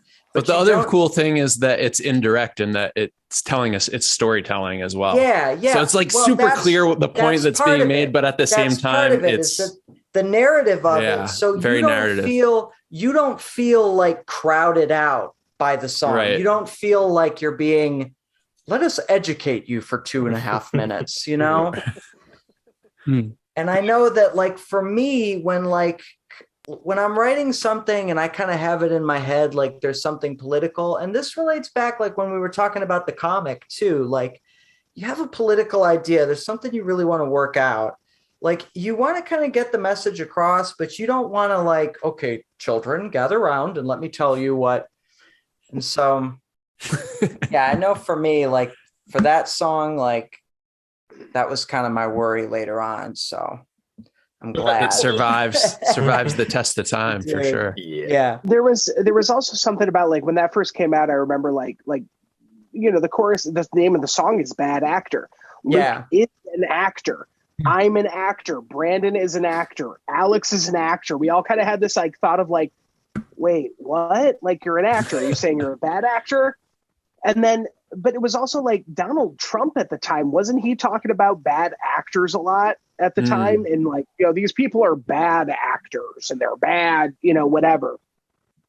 But there was like, I do think that like there are a lot of layers to that song. And I also, I agree with Luke. I'm so happy that Brandon's friend was like, there's a different, like he read something else into it than what Luke may have intended or what I thought the song was or what, you know, Jeremy thought the song was. So yeah, and that's an interesting thing. I think that Brandon's friend has an interesting aspect on it, and that's cool. I like that about the group.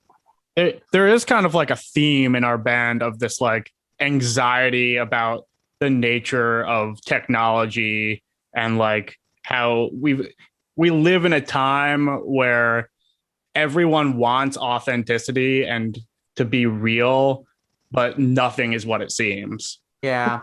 And like that kind of came back in Mask too. You know, just behind the mask, like what is it behind the mask? And there's just like chaotic section. So like it's almost like representing like just the chaos inside a person that's like behind this front they put on. And to me, like that's kind of like there's environmentalism and, you know, politics and democracy and all of these different issues. But like underneath all of that is this one issue of authenticity and like coming back to like real human connections and clarity. And there's like, yeah. And there's this anxiety that everyone feels about that. So I think that's like a theme that kind of comes back in a lot of our songs. Yeah, I think that definitely resonated with me, which was like, I put this on, I was like, wait, this is Luke's band that he's in and like wrote songs for. And they're like better than a lot of bands that I listen to on the regular.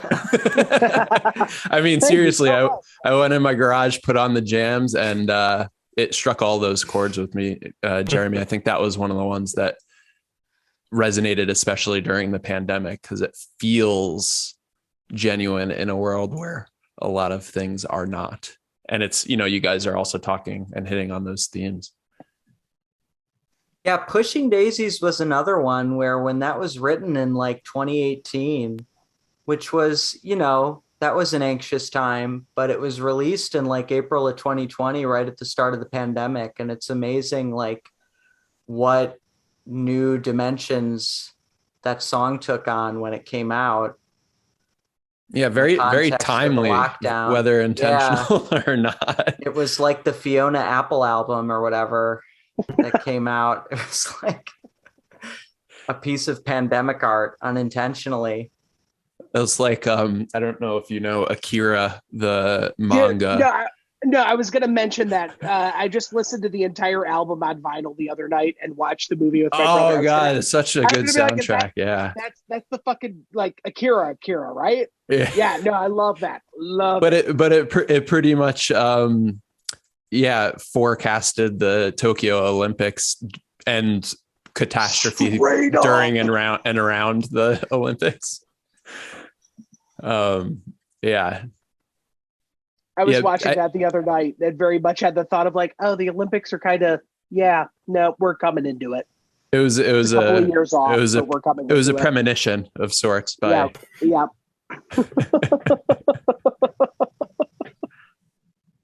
Oh my goodness. Yeah.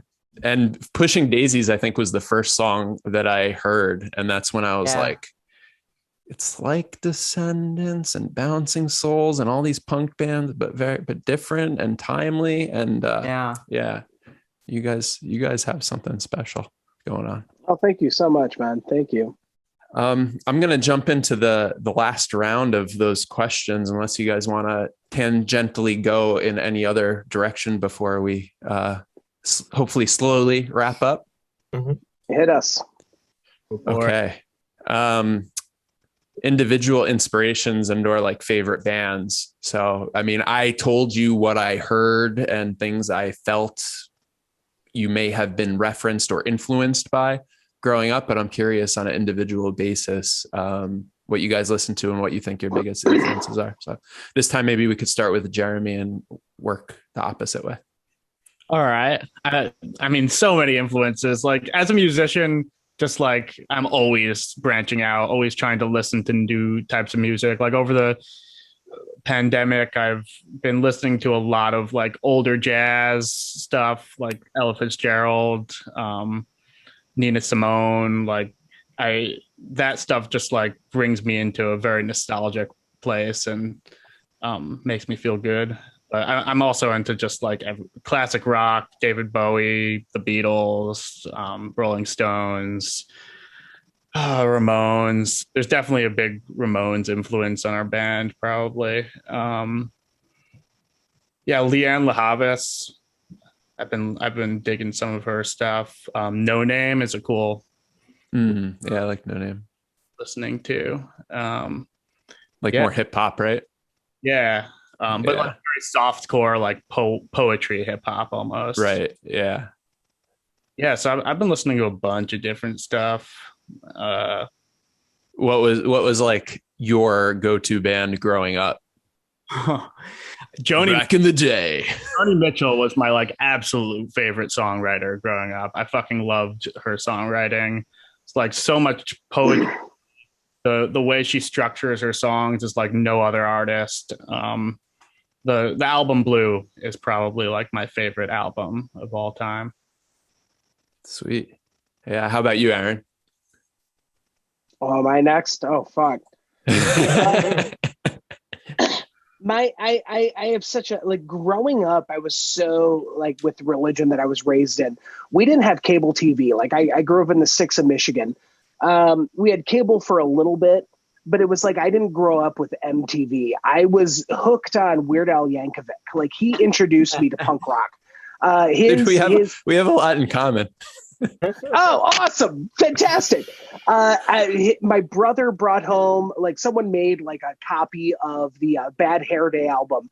And I didn't know the movie Forrest Gump, but his parody of Presidents of the United States Lump, I think it was Pot USA, his parody of that with Gump, that drum beat, like I was just like, what the fuck is this? This is amazing.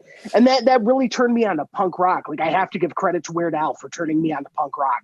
But it's like my top like 3 favorite albums in no particular order because they always change.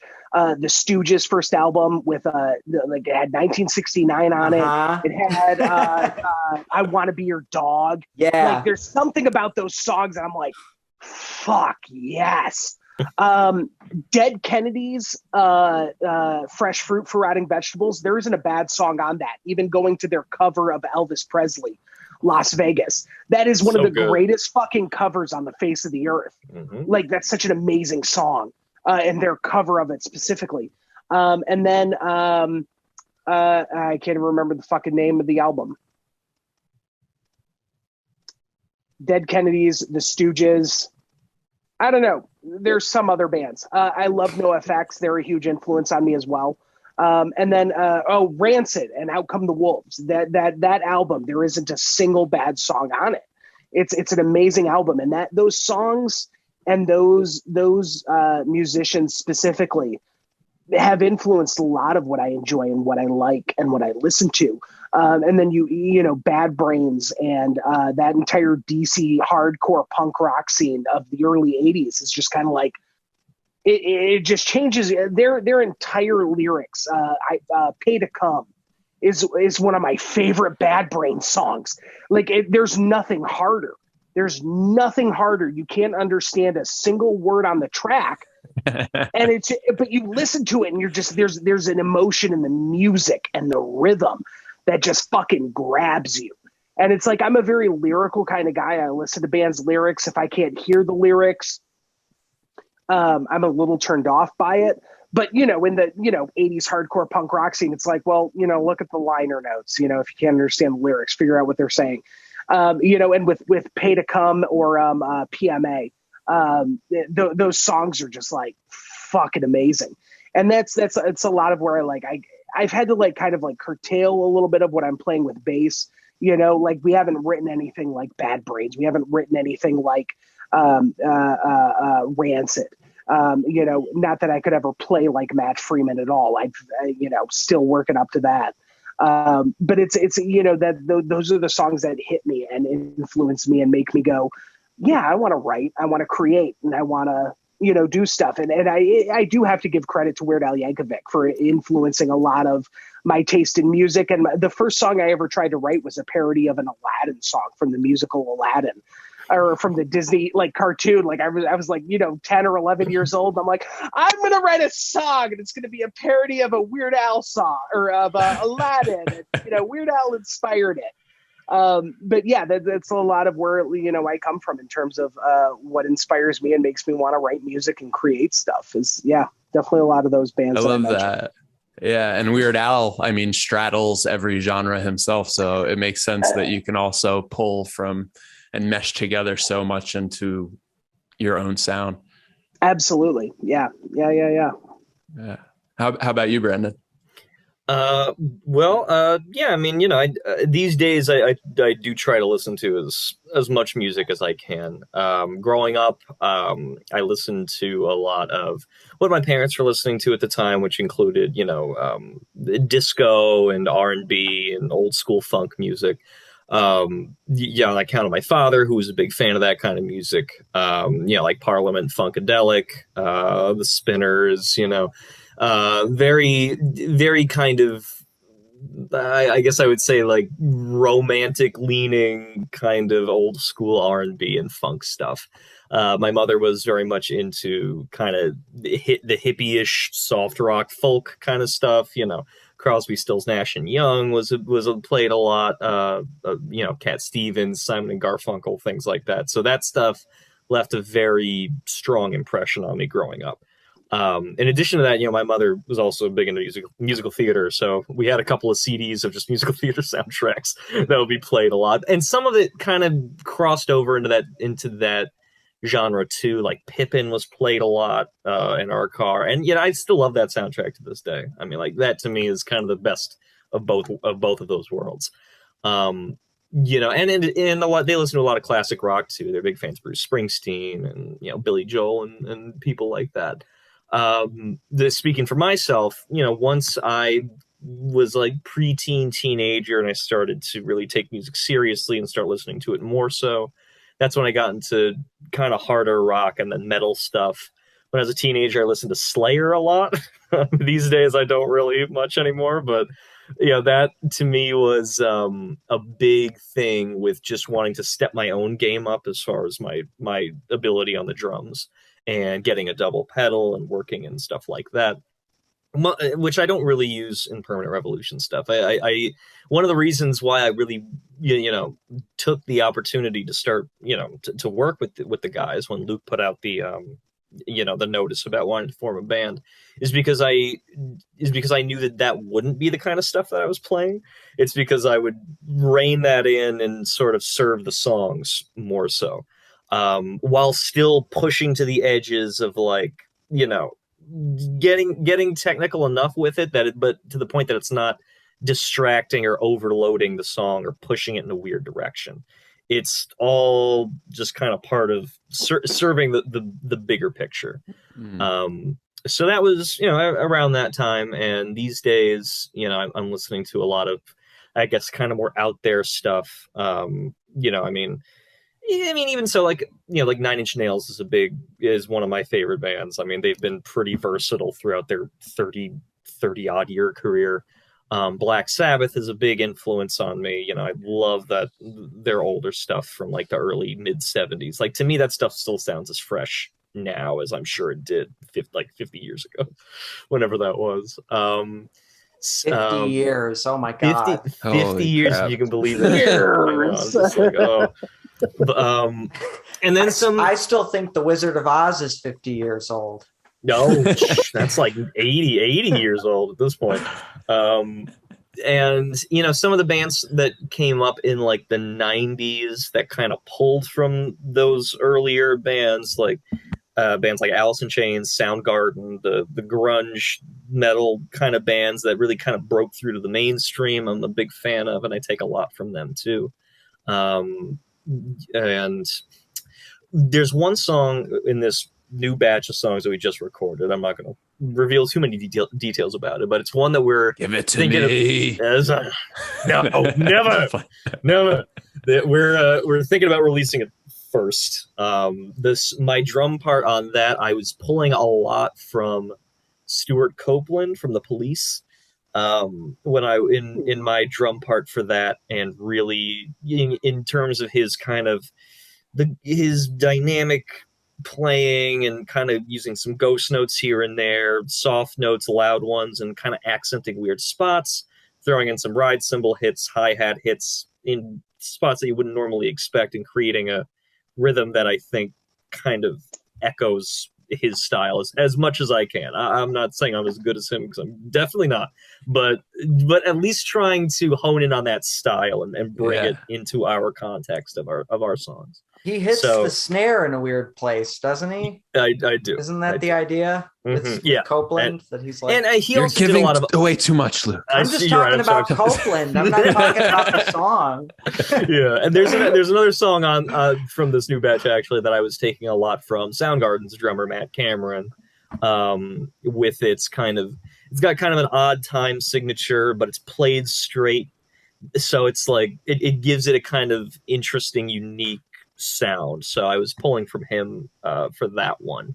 And I mean, as far as like kind of the more out there stuff that I'm listening to these days, I mean, there's some New York based metal bands that kind of incorporate other elements of like orchestral elements, jazz elements, bands like I don't know if you know any of these bands, like Imperial Triumphant is one of them, Liturgy is another one, that kind of are extreme, but they have more going on than your average garden variety. Just we're gonna play everything as fast as possible and scream everything. It's like, yeah, that's part of it, but there's more going on that makes it more interesting. Interesting. Yeah, for somebody who's, like I said, not a audiophile like me, it's interesting to hear, because now if I go and check out these bands, I could try to decipher what it is you're pointing out. Right. Which is exciting, right?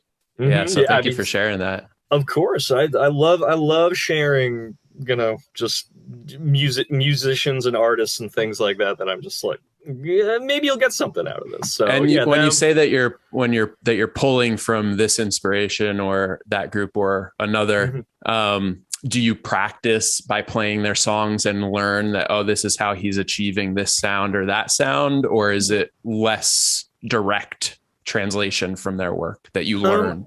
Well, I would say it's a little bit of both. I mean, like, with, I guess, if we're going to take Stuart Copeland as an example, playing songs that he's played, even if it's like a well-known one, like Message in a Bottle, like let's say, for instance, like that one is a really well-known, really identifiable classic rock song, classic new wave kind of style song. But if you really like listen to the drum part in that song, you're just like, what kind of choice? Like, how did he arrive at this choice to do this? Like, he's not hitting this on the downbeat like a drummer normally would, and instead he's emphasizing this part of the beat, and he's throwing this in here. Like, there's almost no two bars of that song where the drum part is the same. Yeah. Which it's like it's constantly shifting very subtly. Things come back later on in a different way, but like it's still basically the same, but it's slightly changed, like things like that. So yeah, I mean, playing along to a song like that, or Synchronicity One, or something like that, where it's so it's like so just like how did you arrive at this spot? So it's a little bit of that, and also just kind of being like, all right, I like the style that he's using here. Let me take that and make it my own a little bit. Awesome. Yeah. I mean, I know nothing about most music, specifically percussions. But hearing you speak about it gives me more insight into the creative process for you and somebody who's intimately involved with that instrument and, and absolutely. The process that you guys go through. Mm-hmm. And as I think even Alex said, he's like, I'm more into, I guess, kind of heavier stuff in general, sort of stuff I like to listen to and stuff I like to play on my own time. But I do also listen to a good amount of hip hop. Another good example would be a modern band, Clipping. They're a trio. The lead vocalist is W. Diggs, who's in Hamilton. Actually, I think he won that Tony Award. So he's like the MC of that group, and great kind of experimental, abstract hip hop stuff going on there. The rhythms and sounds that they pull off in that group, also, big, very interesting to listen to and try to get inside the choices that they make. An interesting group I just thought of, not that it relates directly to anybody you mentioned, but there's a group called Grandfather Ridiculous. Oh. And I know about them because I saw them in a like dormitory in Binghamton when I was still in high school and I was visiting somebody. Is it a hip hop? It's group? hip hop, but they have an upright bass and it's like, there you go. Come on. Jazzy hip. It's more jazz hip hop, but before that was as big of a thing as it is nowadays. And it still sounds pretty substantially unique among current jazzy hip hop. Yeah. And I don't know anything about the group themselves, if they still exist, but I did find them on Spotify, and the songs I was familiar with from hearing them that one time are on Spotify. So Grandfather Ridiculous, if you're up for something unique and interesting. Fuck yeah, always looking for new music to listen to. Yeah. Always. Luke, besides David Bowie. Yeah, I know. I was just I was like, including, you can't exclude David Bowie, because I know he's a huge. I'm not going to talk about Lou Reed. Lou Reed actually. The God. Lou Reed actually, no. Like, I went down this deep dive with Lou Reed like a year ago or 2 years ago, where I was only listening to Lou Reed, but I had like never listened to Lou Reed before. And it was like I became addicted to like cocaine for a year. That was like what my relationship to Lou Reed was like. Is your addiction with cocaine? It was like that. It was like I had this year-long Lou Reed addiction where I'm telling you the only thing that I could think about or listen to was Lou Reed. But nice. I have not really been listening to Lou Reed since I kicked the habit. I have a deep and abiding respect for him, though. He's really great. But I'm not going to talk about David Bowie, because we talked about him too much. You can't know, man. I was just kidding. No, well, I would just briefly to refresh everybody's memory, to give you the cliff notes. I mean, yeah, like he just cracked my mind open like an egg and transported me the way that he's transported millions of people. Like, there's nothing unique about my story with David Bowie. Like, he does everything that it says on the tin. Like, he's just incredible.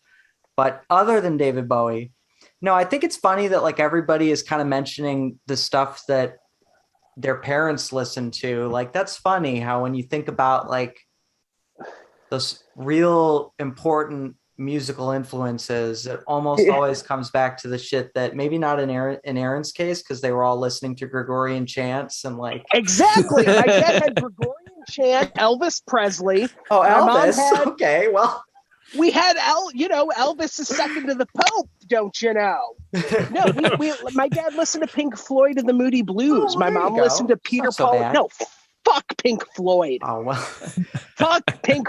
Alex isn't here for me, so I can say that.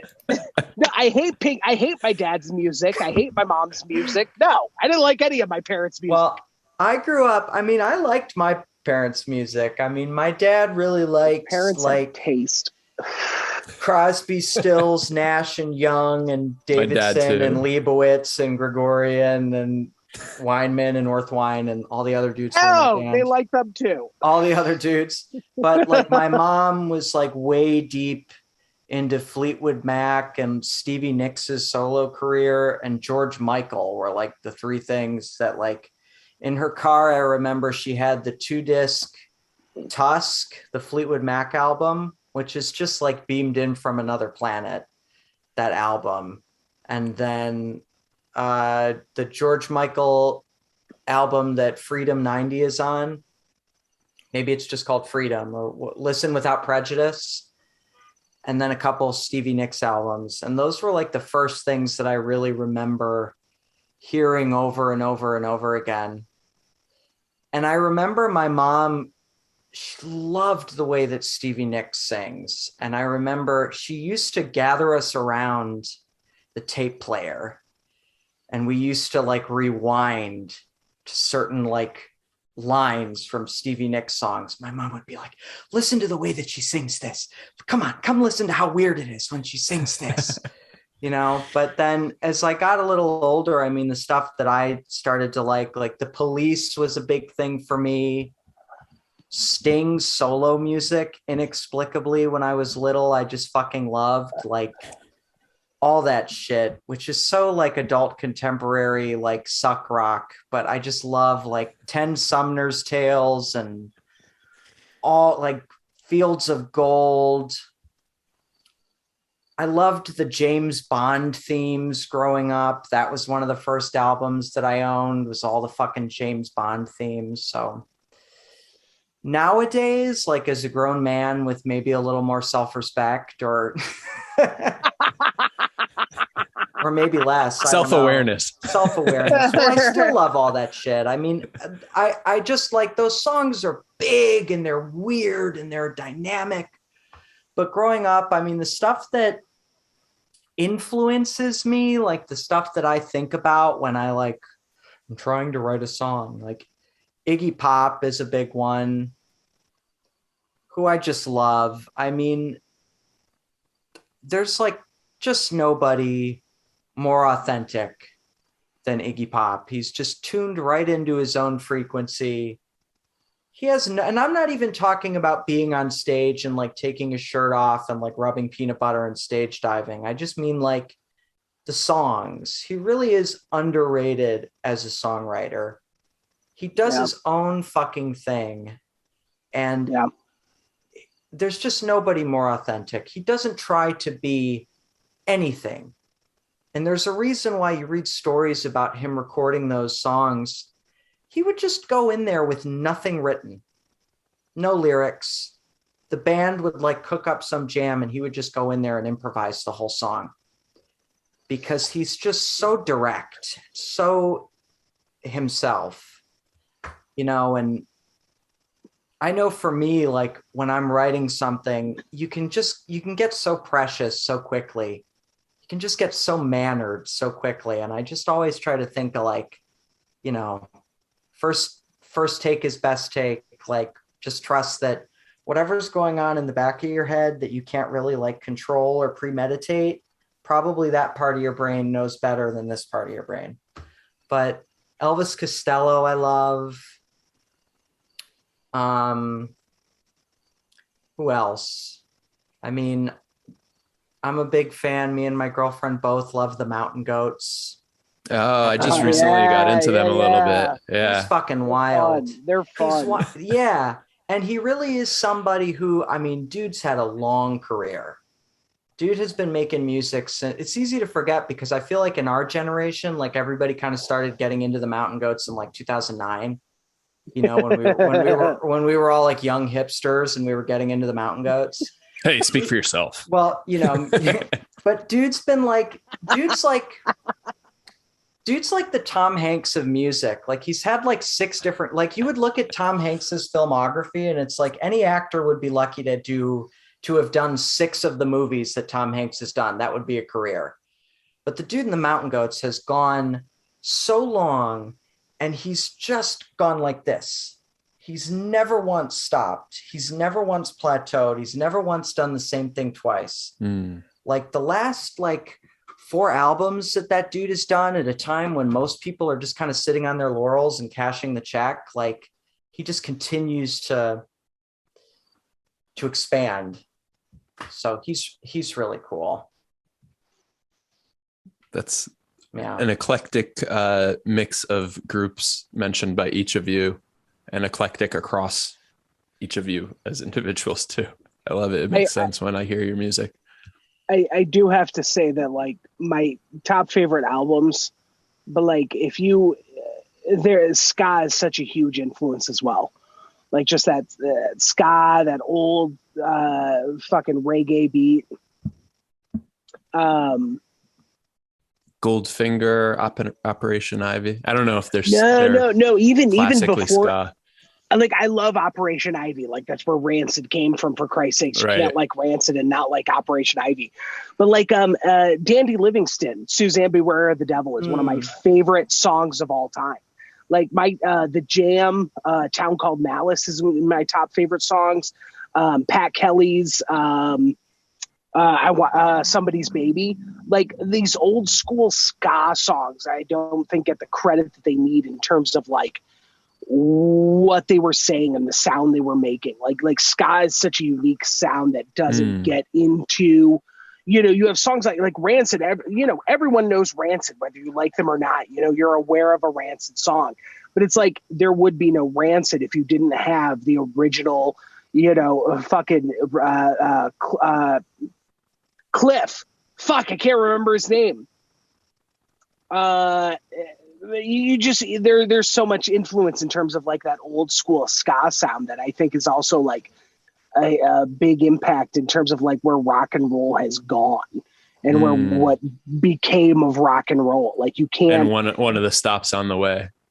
Yeah, exactly. So like, you don't have punk rock without ska. Like nowadays, punk rock without ska. There are so many bands that like, oh, we loved Rancid. Well, Rancid loved these guys, and these guys loved those guys, and it's like you could trace it all the way back to the blues sound of the fucking.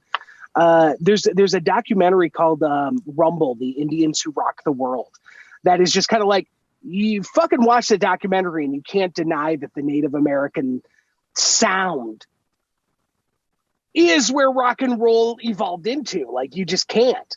And so like, Iggy Pop talked about, hearing the song Rumble by Link Ray, when he was at MSU or U of M. Luke, do you remember what? I didn't even know he went to college. He didn't finish, I don't think, but I don't know. I'm kind of ignorant. But like there's so many like influences that you can't deny. This band didn't create their sound without the bands that came before them.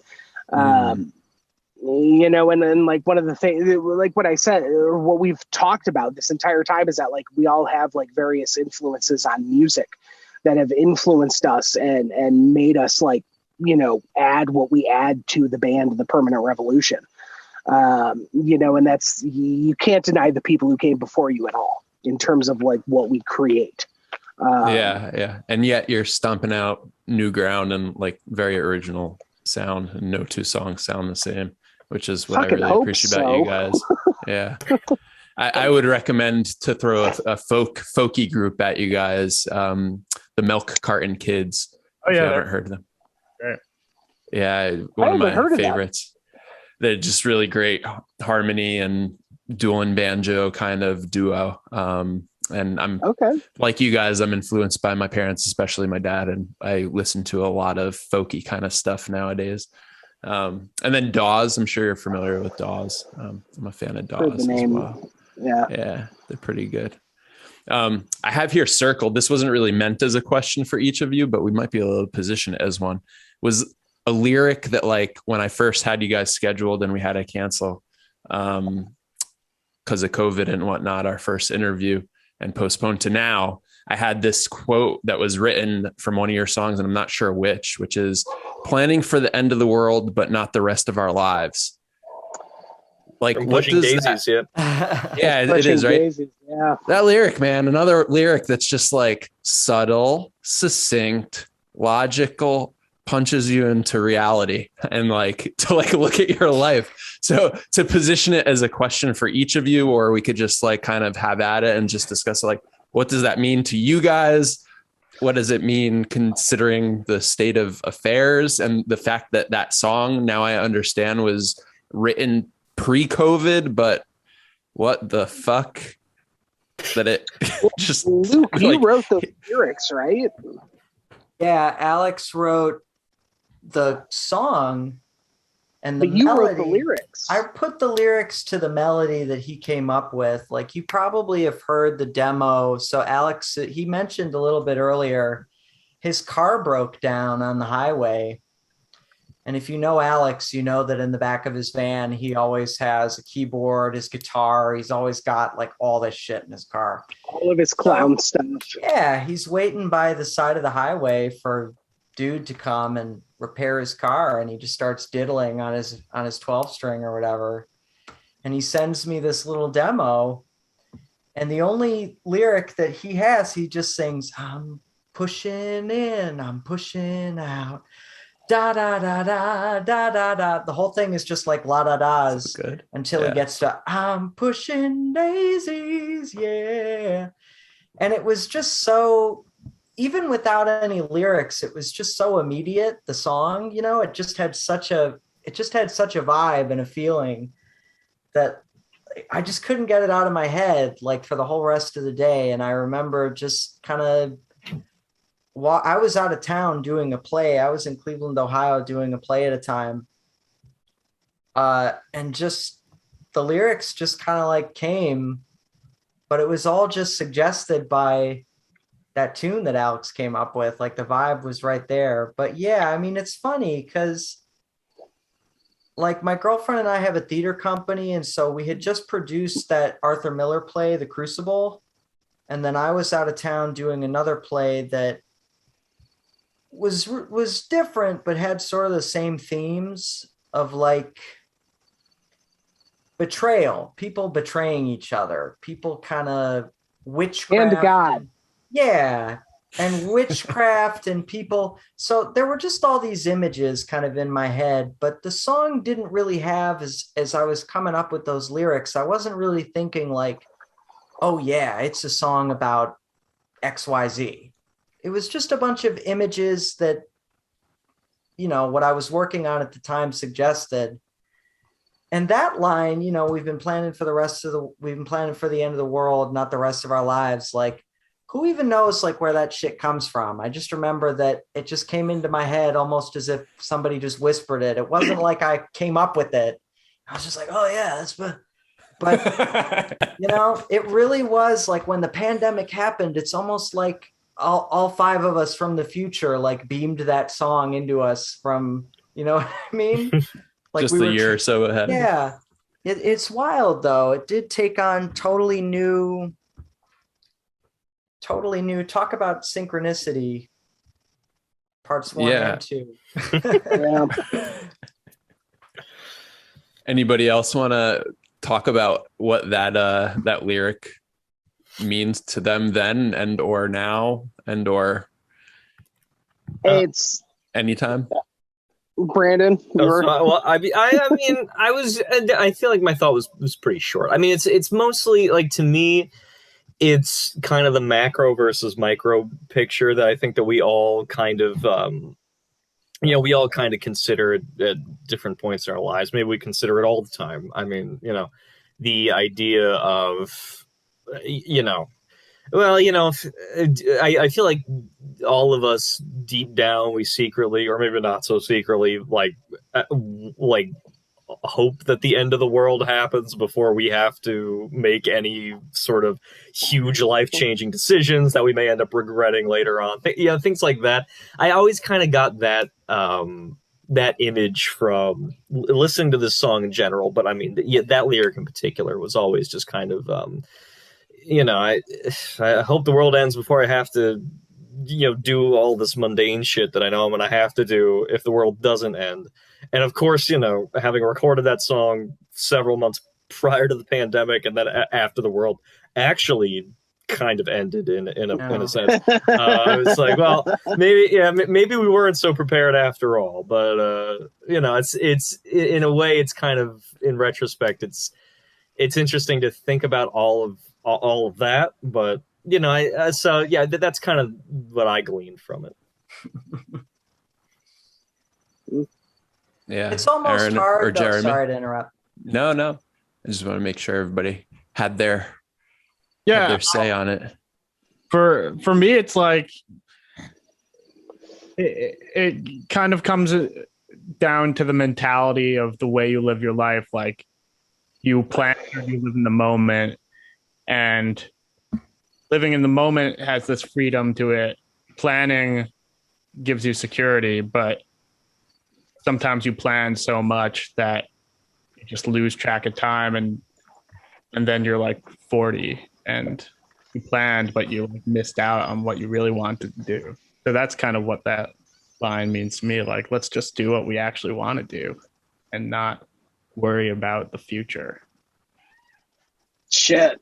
That kind of like the song took on a whole different meaning for me. It's weird that you say that. Like, what I want to do is I want to be an actor. I don't care if I'm an extra in fucking shit. But after the pandemic, and my dad died of cancer during the pandemic, and I kind of had this whole new take on, like, I've spent my entire life training and learning theater and acting, and I've kind of had like this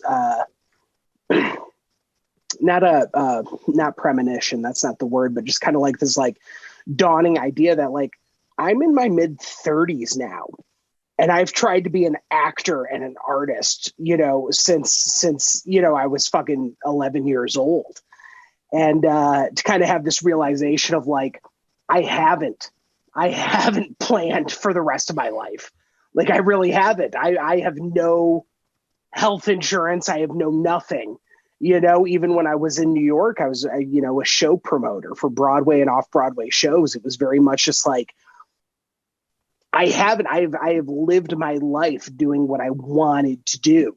And it's kind of like, well, awesome. Now I don't have health insurance. I need glasses now. I don't have anything for, you know, whatever. So it's kind of like that song, every time I listen to it, it's kind of like this, like this feeling of like, I need to not grow up. That's not really like the word I want, but I need to like start fucking looking at like, what job can I get that's going to give me like insurance when I retire, and I can stay. I'm not like relying on like Medicare, or I'm not relying on Social Security for my only income. And so every time I listen to Pushing Daisies, it's just kind of like this feeling of like, oh fuck, I've planned for the end of the world, not the rest of my life. I've always done what I just like, if the world ends tomorrow, this is what I want to do. Well, the pandemic came and the world didn't end. We're all still here. I need to fucking do something. Which is kind of like, that's my take on it. Every time I hear that song, I'm just kind of like, all right, Aaron, fucking get your shit together and fucking do what you need to do so you're not fucking, you know, homeless somewhere. It's like you're describing that constant struggle between the creative mind that is totally free, and then the structure that gives you more maybe stability or something like that. And like a lot of people I talk to on the show, including myself, are, you know, on one end of that spectrum or somewhere in between. And like myself included, always trying to push one way or the other.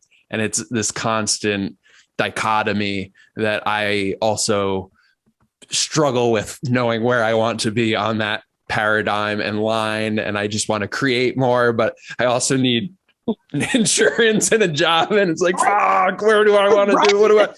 And like, fuck, I was very hesitant to ask that question and to bring up the lyric that late in the show and to pose it to all of you. But it was like therapy, listening to each of you interpret and reflect on that individually, because I think I heard that lyric. I built a small climbing wall in my garage here. I was listening to your music when I was first going to bring you on the show. And I remember climbing and like hearing that lyric and just being like, whoa, I feel something. I don't know what I feel. And when I brought it up right now, I was still not sure how to interpret what I was thinking and feeling and what it meant.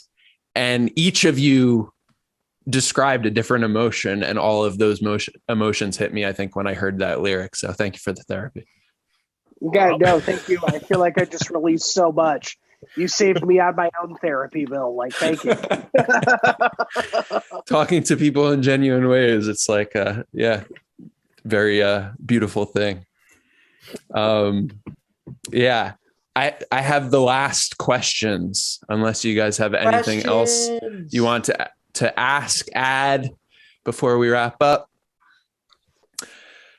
So I am doing a new thing with the show. I ask 5 wrap-up questions to the people who join me. I call it 5 quick questions because that's what they are. And since you're the first, you're really the third people I'm hosting on the show who are going to encounter these questions. And since there were 5 of them and there were 5 of you, I was going to field the question, then have whoever jumps at it first answer it, and then they're out of the running. Do you want to do it that way, or do you each want to answer each question? I'm happy to do it anyway. I don't know. That's tough. Well, we could just willy-nilly go for it and see what happens. You could post edit, right? Like You can answer it. You can answer it if you want to, and if you don't want to, you don't have to. Luke, I you like want to that. join? I need a co-host. Come on, Luke. Let's go. Luke, get over there, man. All right, this one I'll pose to all of you, but like Luke said, if you don't want to jump in, don't.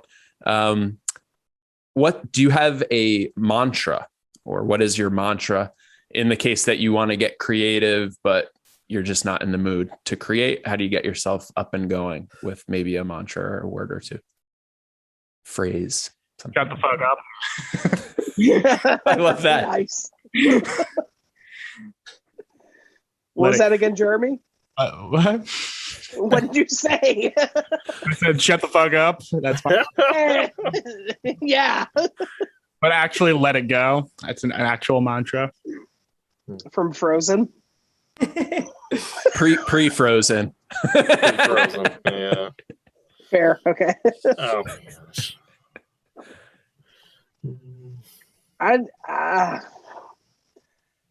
I'd say fuck it.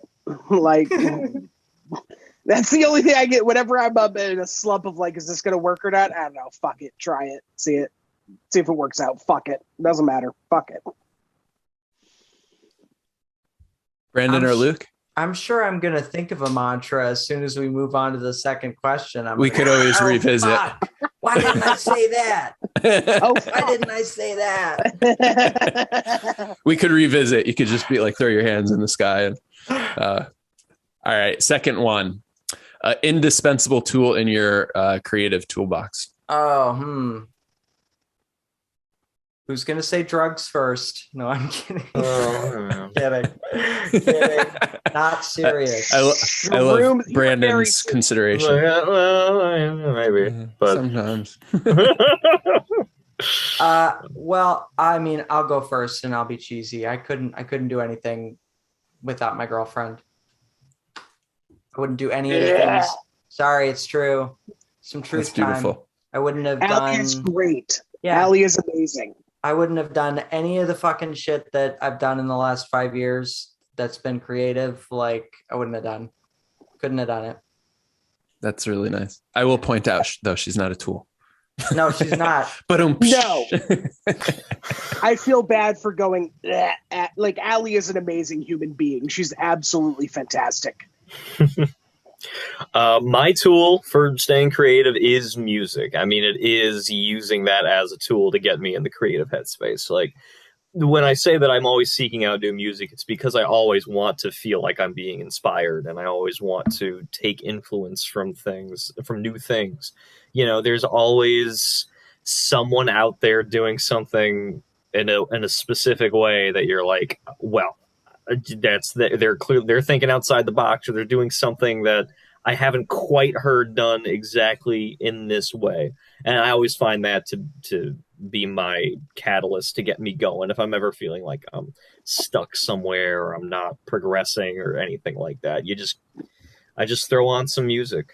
Maybe something that I've heard before, maybe something that someone's recommended to me, something just out of the blue.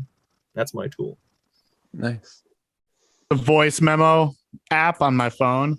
That's a good one. That's a good one. So There many you go. times that I have just like thought of something I thought was cool. I'm like, yeah, I'll remember that. It's awesome. And then like 2 hours later, I'm like, what the fuck? Fuck was it? Recording literally everything. Like, I don't care how bad it is, just fucking record it. Like, I've had one of the most creative years of my life so far. I wrote like 20 songs this year. Wow. Nice, dude. Fucking good on ya. I recorded everything on my phone, and yeah, do it. Nice. Even if you're just humming something, record it. All right. I honestly like things that have inspired me, like just reading news, watching films, watching like other art pieces. But I'll also get into like you need like whenever I write, I need background noise. And a lot of times I'll put on like some like evangelical Christian rock song like in the background just to ignore. But there's something about, I can't remember the song. There's some like Christian rock song where I'm listening to it. I'm like, this music is fucking great, but these lyrics suck. Like this is awful lyrics. But let me put this in the background just so it like on repeat. When I was in like college, I would like there was some song by ABBA that I played on repeat for about 13 hours while I finished a stagecraft like set model of a stage thing, and just like having music in the background that you can ignore. It doesn't have to be good. It doesn't have to be something you would like actively listen to, but just have something in the background that, you know. And so, yeah, those are my three things: probably news, other people's art, and then shitty Christian music. I love that. I love the way that the question is answered in like a very practical way, like taking notes, taking voice memos.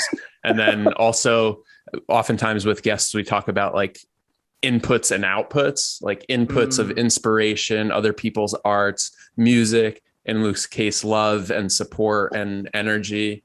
And then the outputs that you're able to get from that you release your own creativity. I love thinking about it that way. So yeah, really cool answers to these questions, guys.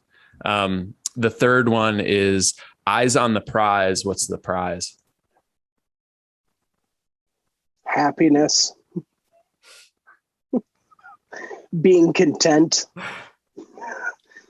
Whatever I can do to just be like, okay, I'm not worrying about anything. This is great. That's the prize for me. Anybody else have eyes on a target? I would point out. Yeah, sorry, go ahead, Luke. In life or for? Yes, I was just going to point out. I was just going to point out that the questions are purposefully ambiguous, so that they kind of. I think it gets interesting when you're in a group because somebody answers in one direction and it pulls the other answers in a certain direction. But answer any way you would. I'm sure that like everybody on the Zoom and watching the podcast like has career goals. Like, of course, there are things that you want to accomplish or there are things that would be cool to do. But in terms of like really real deal, like what do you want out of your life? Like the older that you get, like it's fucking wild how your whole paradigm around what really matters in life, that shit starts to realign really quickly. Like round about 26 years old, like it's kind of amazing how, you know what I mean? So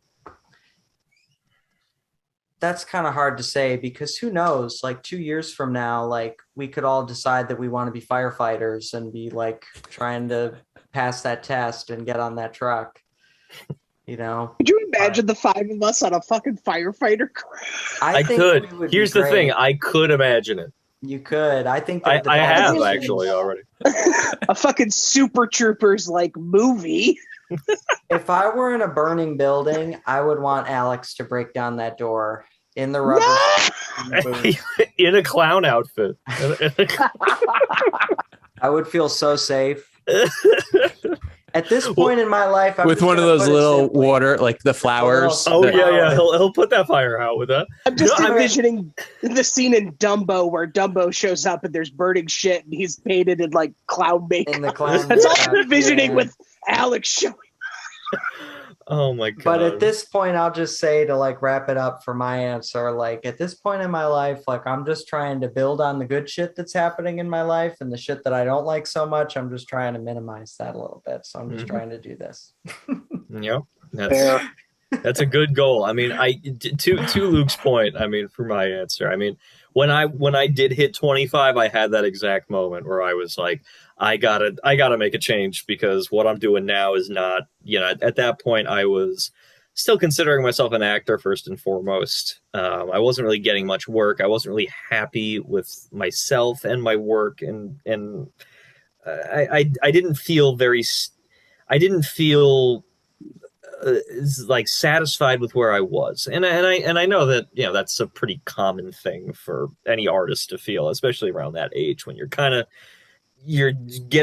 feeling like more of an adult after a certain point, and you're just like, I'm not where I want to be, and all this kind of stuff. So at that point, I decided I want to pursue music as my main thing. And the past 3 or so years since I made that decision for myself have been the happiest, most creative, most fruitful period of my life. Going forward, I mean, I think for me the thing that keeps me going is the knowledge is just the knowledge that as an artist, whatever it is that you want to do with your life, it doesn't even have to be an artistic thing, but you're never going to truly be as good as you want to be, because you elevate that it's so high in your own mind where you're just like, well, I want to be able to do all of these things, and I want to be so great at all of these things, and it's like it's impossible. So you almost have to check yourself and just say, all right, what I'm doing now has gotten me pretty far, and that's good. I can continue to improve and learn new things, and that'll help me get further and further. But you almost need to keep your ambitions in check a little bit, and I think that for me, coming to that conclusion is what has kept me going, is not having no ambitions, but just making them a bit more tangible, a little bit more reachable, a little more realistic. For last, basically. Yeah, not a little less. Yeah, a little less self-loathing, I guess, that you're not where you want to be, and you're like, I'm never gonna be like, no. It's okay. You're never going to be as great as you want to be. None of us are ever going to be as great as we want to be at what we do. That's fine. Well, I think even if you get there, the goalpost moves, right? Right. That's also part of it. Exactly. Absolutely. You always want to be getting better. You always want to be learning new things. But the key is just at least telling yourself that, you know what, where you're at right now, you're doing a pretty damn good job. So don't be too hard on yourself. I remember, that just reminds me of something before Jeremy answers. Like when we were in school, in acting school, I had this friend, and we were in some play or something at school. And I just remember her saying to me, man, this play is pretty cool. I was like, yeah, it is. It is pretty cool, isn't it? And she said, yeah, I think that for the rest of my life, I just want to keep doing pretty cool stuff. That's awesome. I was just like, pretty cool, not like the coolest. I was like like, pretty cool. I was like, It's pretty whoa, cool shit. yeah, just pretty cool. I could be down with pretty cool. It's pretty cool. Yeah. That was it's pretty cool. I like that. Jeremy? Hey, Jeremy, what's yours? Yeah, I mean, my answer is pretty similar to all of it. I wouldn't say happiness just alone. I would say like maybe being true to yourself. Because like heroin would make me happy, What's wrong with being a heroin addict? But like especially if you have a lot of interests, like a lot of passions, and Brandon was kind of getting at this too. Like if I'm not careful, I could spend like 4 years just like learning how to knit. Because like I love doing everything, like everything that like comes in front of my face. Like I just love learning things. I love like getting better at things. Like I'm a very just like obsessive, impulsive person. So like I have to also like put some like brakes on the gears and like be like, okay, I have to like my attention needs to be like towards music, towards writing, towards like things that actually are in the long term what I really want to be doing. Then have a little bit of like job security and like making money mixed in with that. But basically like I want to be able to get to like be an old man and be looking back at my life and be like, yeah, like I had a pretty fucking good life. I did like a lot of really interesting things that were really fulfilling. I made some deep connections to people. on like a real personal like level, like in person, not just digitally, like things that really enriched my life. That's how I want to be living my life for the long term. So yeah, it's not always just about happiness, but happiness is definitely in there. Yeah, I get a sense of like finding a level of satisfaction from all of you guys. And it's cool that it relates to your creativity, what you are doing in your everyday life, but it's not entirely consumed by that. And that's, I sometimes I'm worried like it is kind of a shitty question, but it's purposefully ambiguous that it could be taken in very specific direction or a broader direction. And yeah, It's a good question, man. Good like answers. Thanks. It might take some finagling to iron it out a little bit more, but you guys hit home runs with it. Fourth of the five. This is where we get to time travel a little bit. Hey, okay. Ooh, Doc Brown. Advice you'd give yourself when you first started. Now I realize this is a podcast for the Permanent Revolution, but you could answer it from the perspective of when you first started on your acting careers or your careers in music or otherwise. You advice for your past self? That's the question. Like, what advice would you give? I'd tell my past self to bum rush Donald Trump when you saw him on the street in 2014 and kill him. But that's probably it. Hey, who knows what butterfly effect that would have. Right. That would disrupt the timeline. I would probably go back and just tell myself to.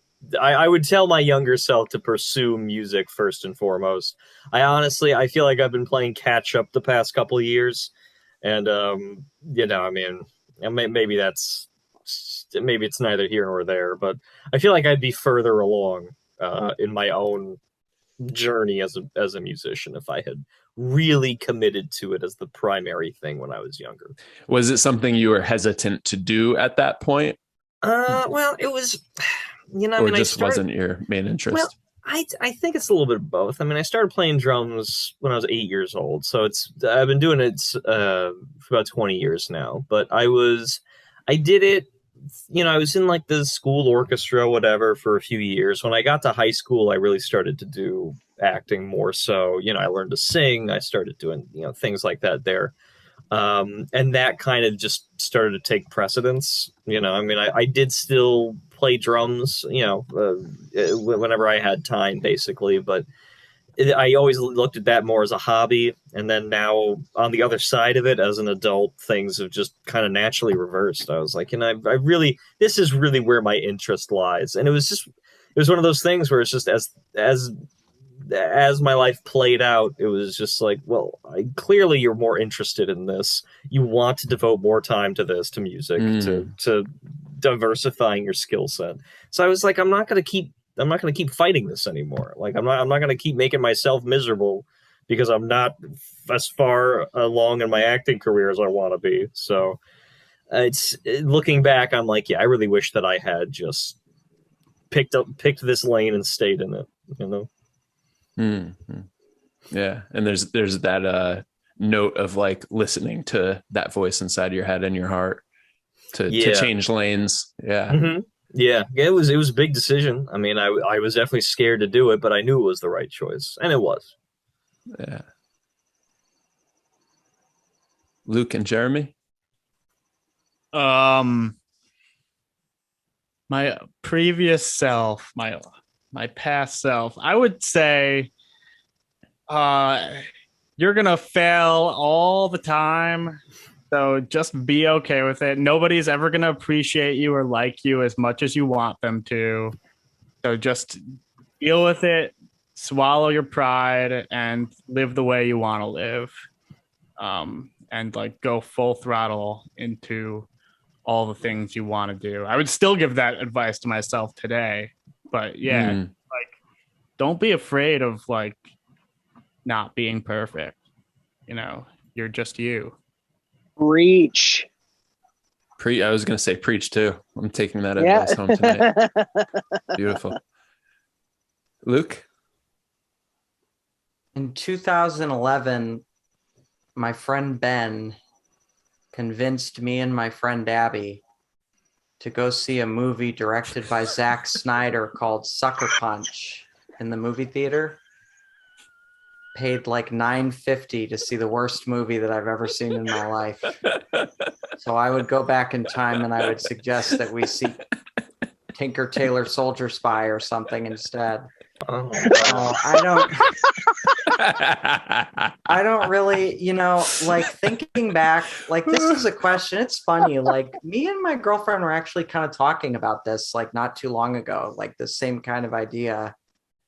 But this question comes up all the time. Hey, if you could go back in time, what would you do differently? And I just think like, whenever I think about that, like, man, I have made so many mistakes in my life. I have done so much shit that like, I just should not have done. Like, it did not make me happier. It made my life worse. 0 out of 10 would not recommend. But when I think about those god awful fucking mistakes, when I think about those opportunities that I passed on, or those substances that I put into my body, or those people that I hurt, or just any number of stupid fucking things, like all that shit kind of weirdly leads you right to where you are, and it's kind of funny how when I think about those maybe 2 or 3 biggest regrets of my life, if I go back in time and I do that shit differently, I wouldn't be where I am now. Like I wouldn't be. You wouldn't know what you know. Yeah, I wouldn't have the friends that I have. Wouldn't have this partner who I love. I wouldn't be in this great fucking band with these guys. I wouldn't have this beautiful cat. I would, like. So I don't know. I guess I would just give the stupid fucking answer. I would say find out what the hell Bitcoin is. Don't let your eyes don't let your eyes glaze Google. Over. Yeah, don't let your eyes glaze over the There's first this thing time called Bitcoin. Yeah, Buy it all. I was one of those idiots. I was like, yeah, sure, okay, whatever. I like your answer is like part of a discussion I had on the first episode of this podcast with my buddy from college. Yeah, and it was kind of like, what advice would we give ourselves when we first met each other, and really knowing what we know now? And it's like, you can't really give it, but you say, just do what you're going to do. Okay. Do and be okay with it. And it kind of goes back to Jeremy's response. Yeah. I do think that like, no matter what you decide, it's kind of like, even if someone has like your best interest in heart, you have to do what you feel is right. Yeah. And what and then if you do what you feel is right, it doesn't matter what mistakes you make or where you end up. It's still you. It's still you have had control over everything leading up to that point, and you can still own it, and it's still yours. Yeah. And I think, in so many ways that's more important than being, incredibly successful in something, but everyone else kind of made the decisions for you. It's not yours then. It's does it really belong to you at that point if everyone else told you where to end up? Yeah. Mm-hmm. Yeah. It is kind of like goes back to Aaron's first response to like some sort of butterfly effect. If I could have killed, if I knew what was happening, I'd be in prison right now. I saw him on Fifth Avenue. I could have bum rushed him and killed him. I could have, but I didn't. And I regret it. But yeah, it's like the butterfly effect, and goes to what Luke said. Like, yeah, do you want to change that trajectory and maybe not end up where you are now? No. So I'd be in prison right now. All right, one more time travel one. The fifth and final question. A question you'd ask your future self. Fuck.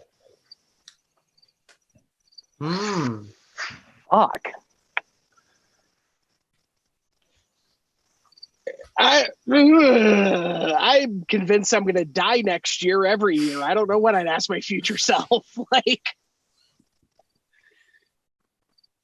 fuck. Question I would ask my future self. Was it worth it? No. I'm worried about the response, but I think that would be the question I'd ask my future self. Was it worth it? Your future self. You are. Your future self's gonna be like, What? Was what worth it? You didn't do Was what worth it? anything. No, what of the many things you've done? Yeah. Why did you Fuck. step on a banana and die?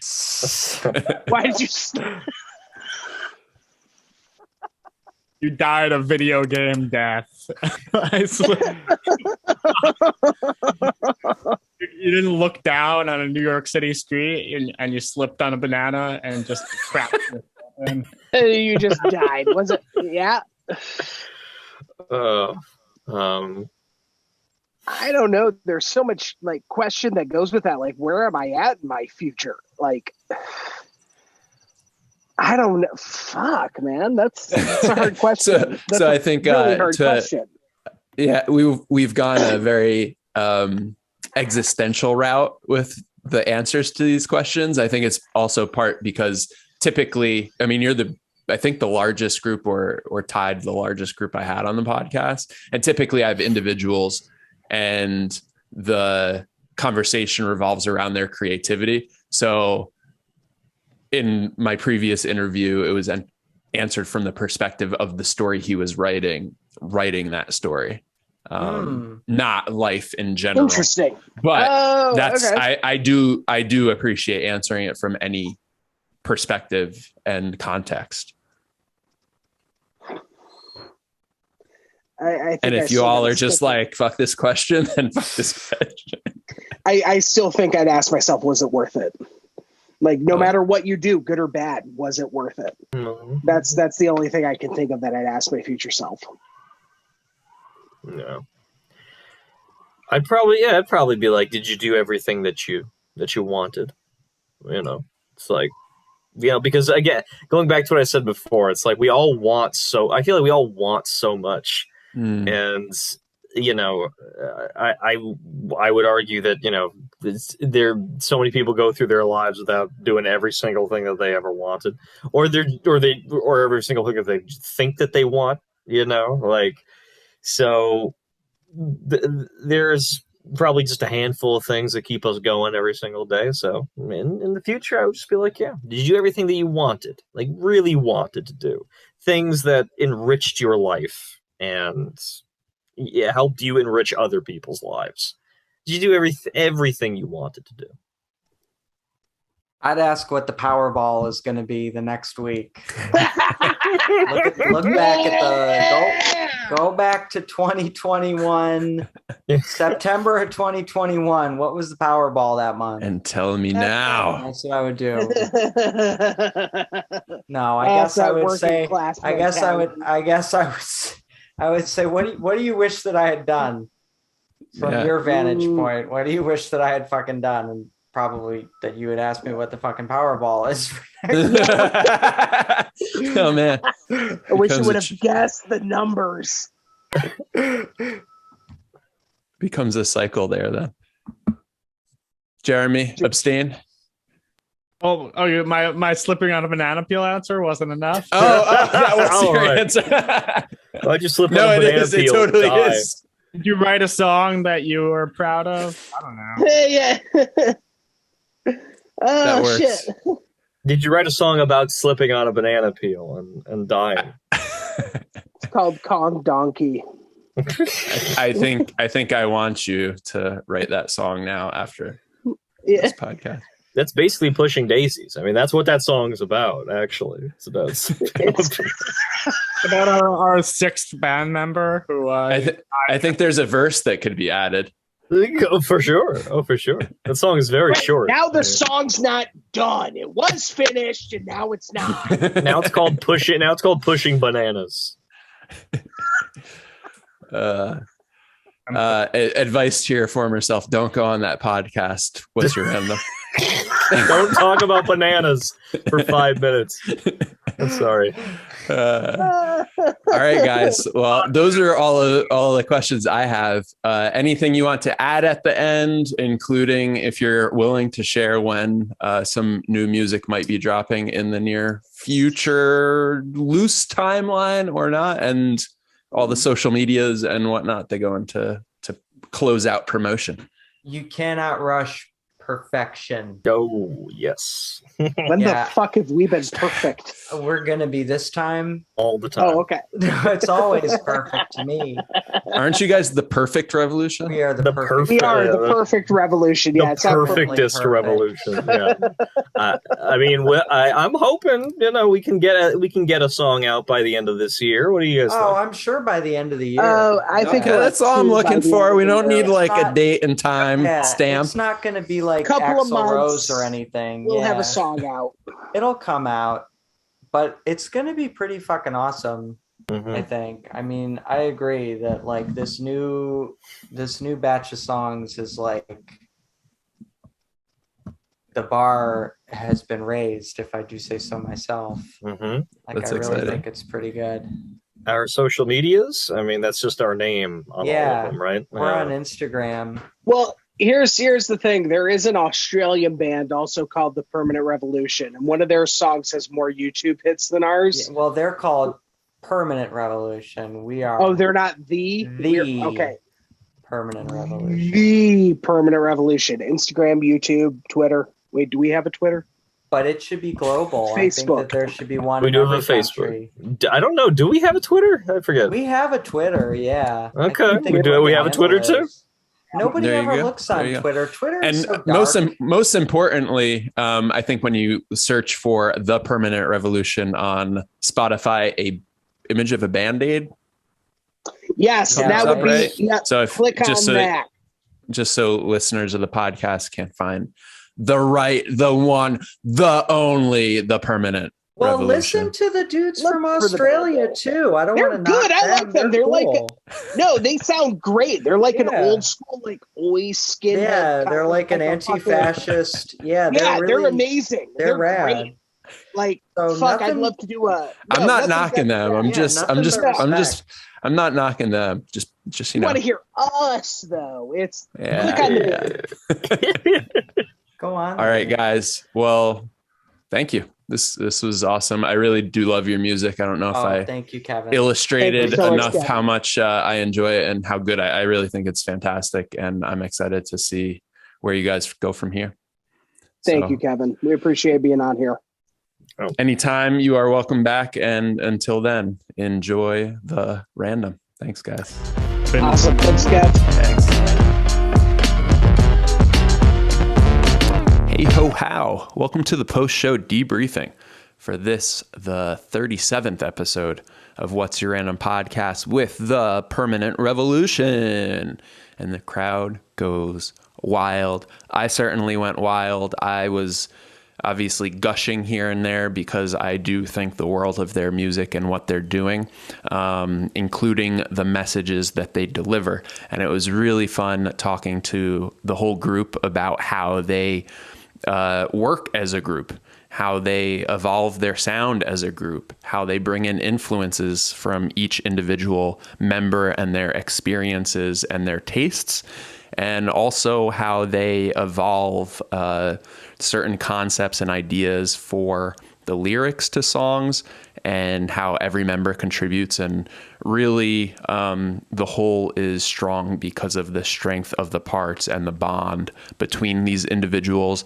And that's a beautiful thing to see in a collaborative, creative work. And anyway, I'm still gushing, I guess. I really love their music. I hope you do too. Check them out on Bandcamp.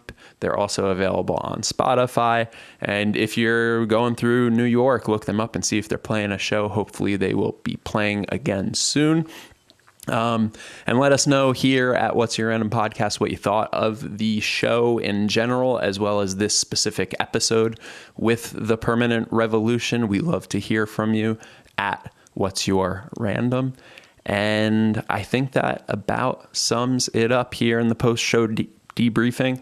Thank you again for listening. Thank you again for creating. Thank you again for enjoying all the random there is to enjoy in the world. And until next time, I hope you continue to enjoy it. Thanks.